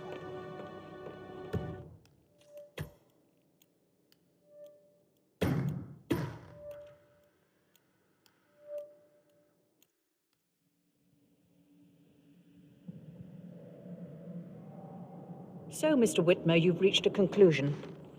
Take a seat. Please, go ahead. The butler, Mr. Fernsby, killed Zachary. Fernsby? Oh, you've got that wrong. He would never do such a thing. He is the most loyal man I have ever met. I found pills in his office that matches the poison that killed your brother. Furthermore, I found Zachary's notebook, half burned, in Mr. Fernsby's fireplace.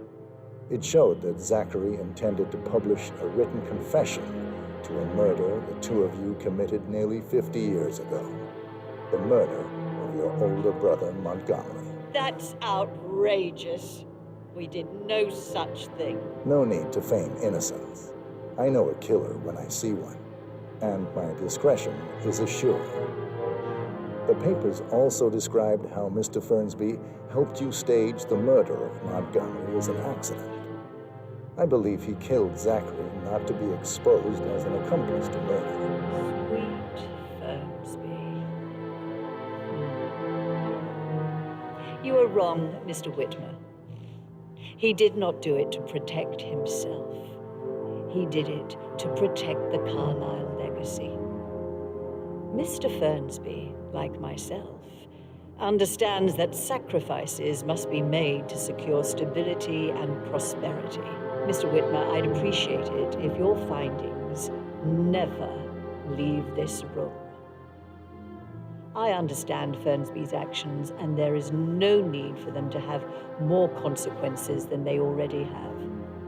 Fernsby was very fond of Zachary, and I am sure his decision will haunt him to the day he dies. About your reward, have you considered an amount?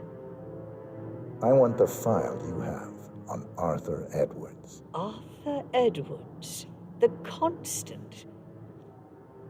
That must mean you're... I expected you'd show up. But you're not here to kill me. If you were, you would have already. The enemy of my enemy, I suppose. You can have it. You earned it.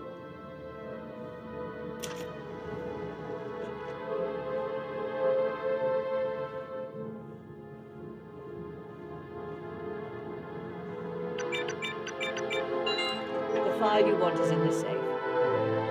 Good hunting. I need some privacy. Thank you.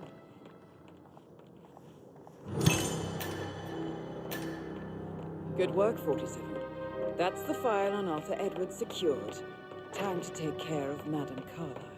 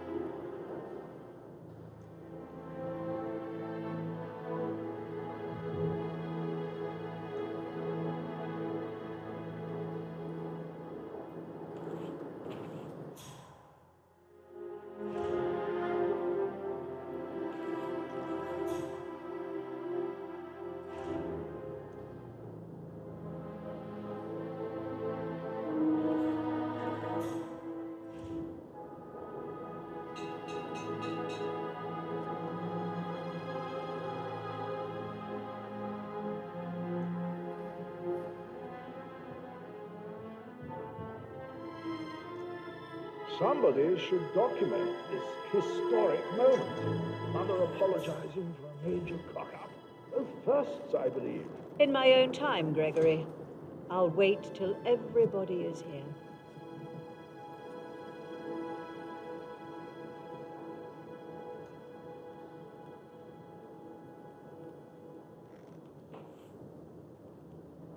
Right, let's get started.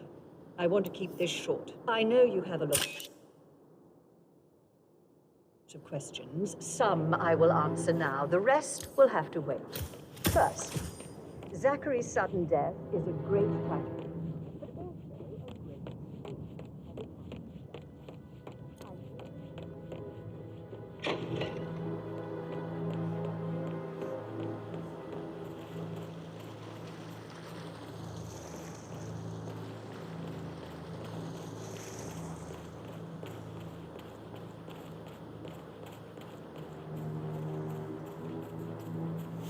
That is the door to Mr. Fernsby's office.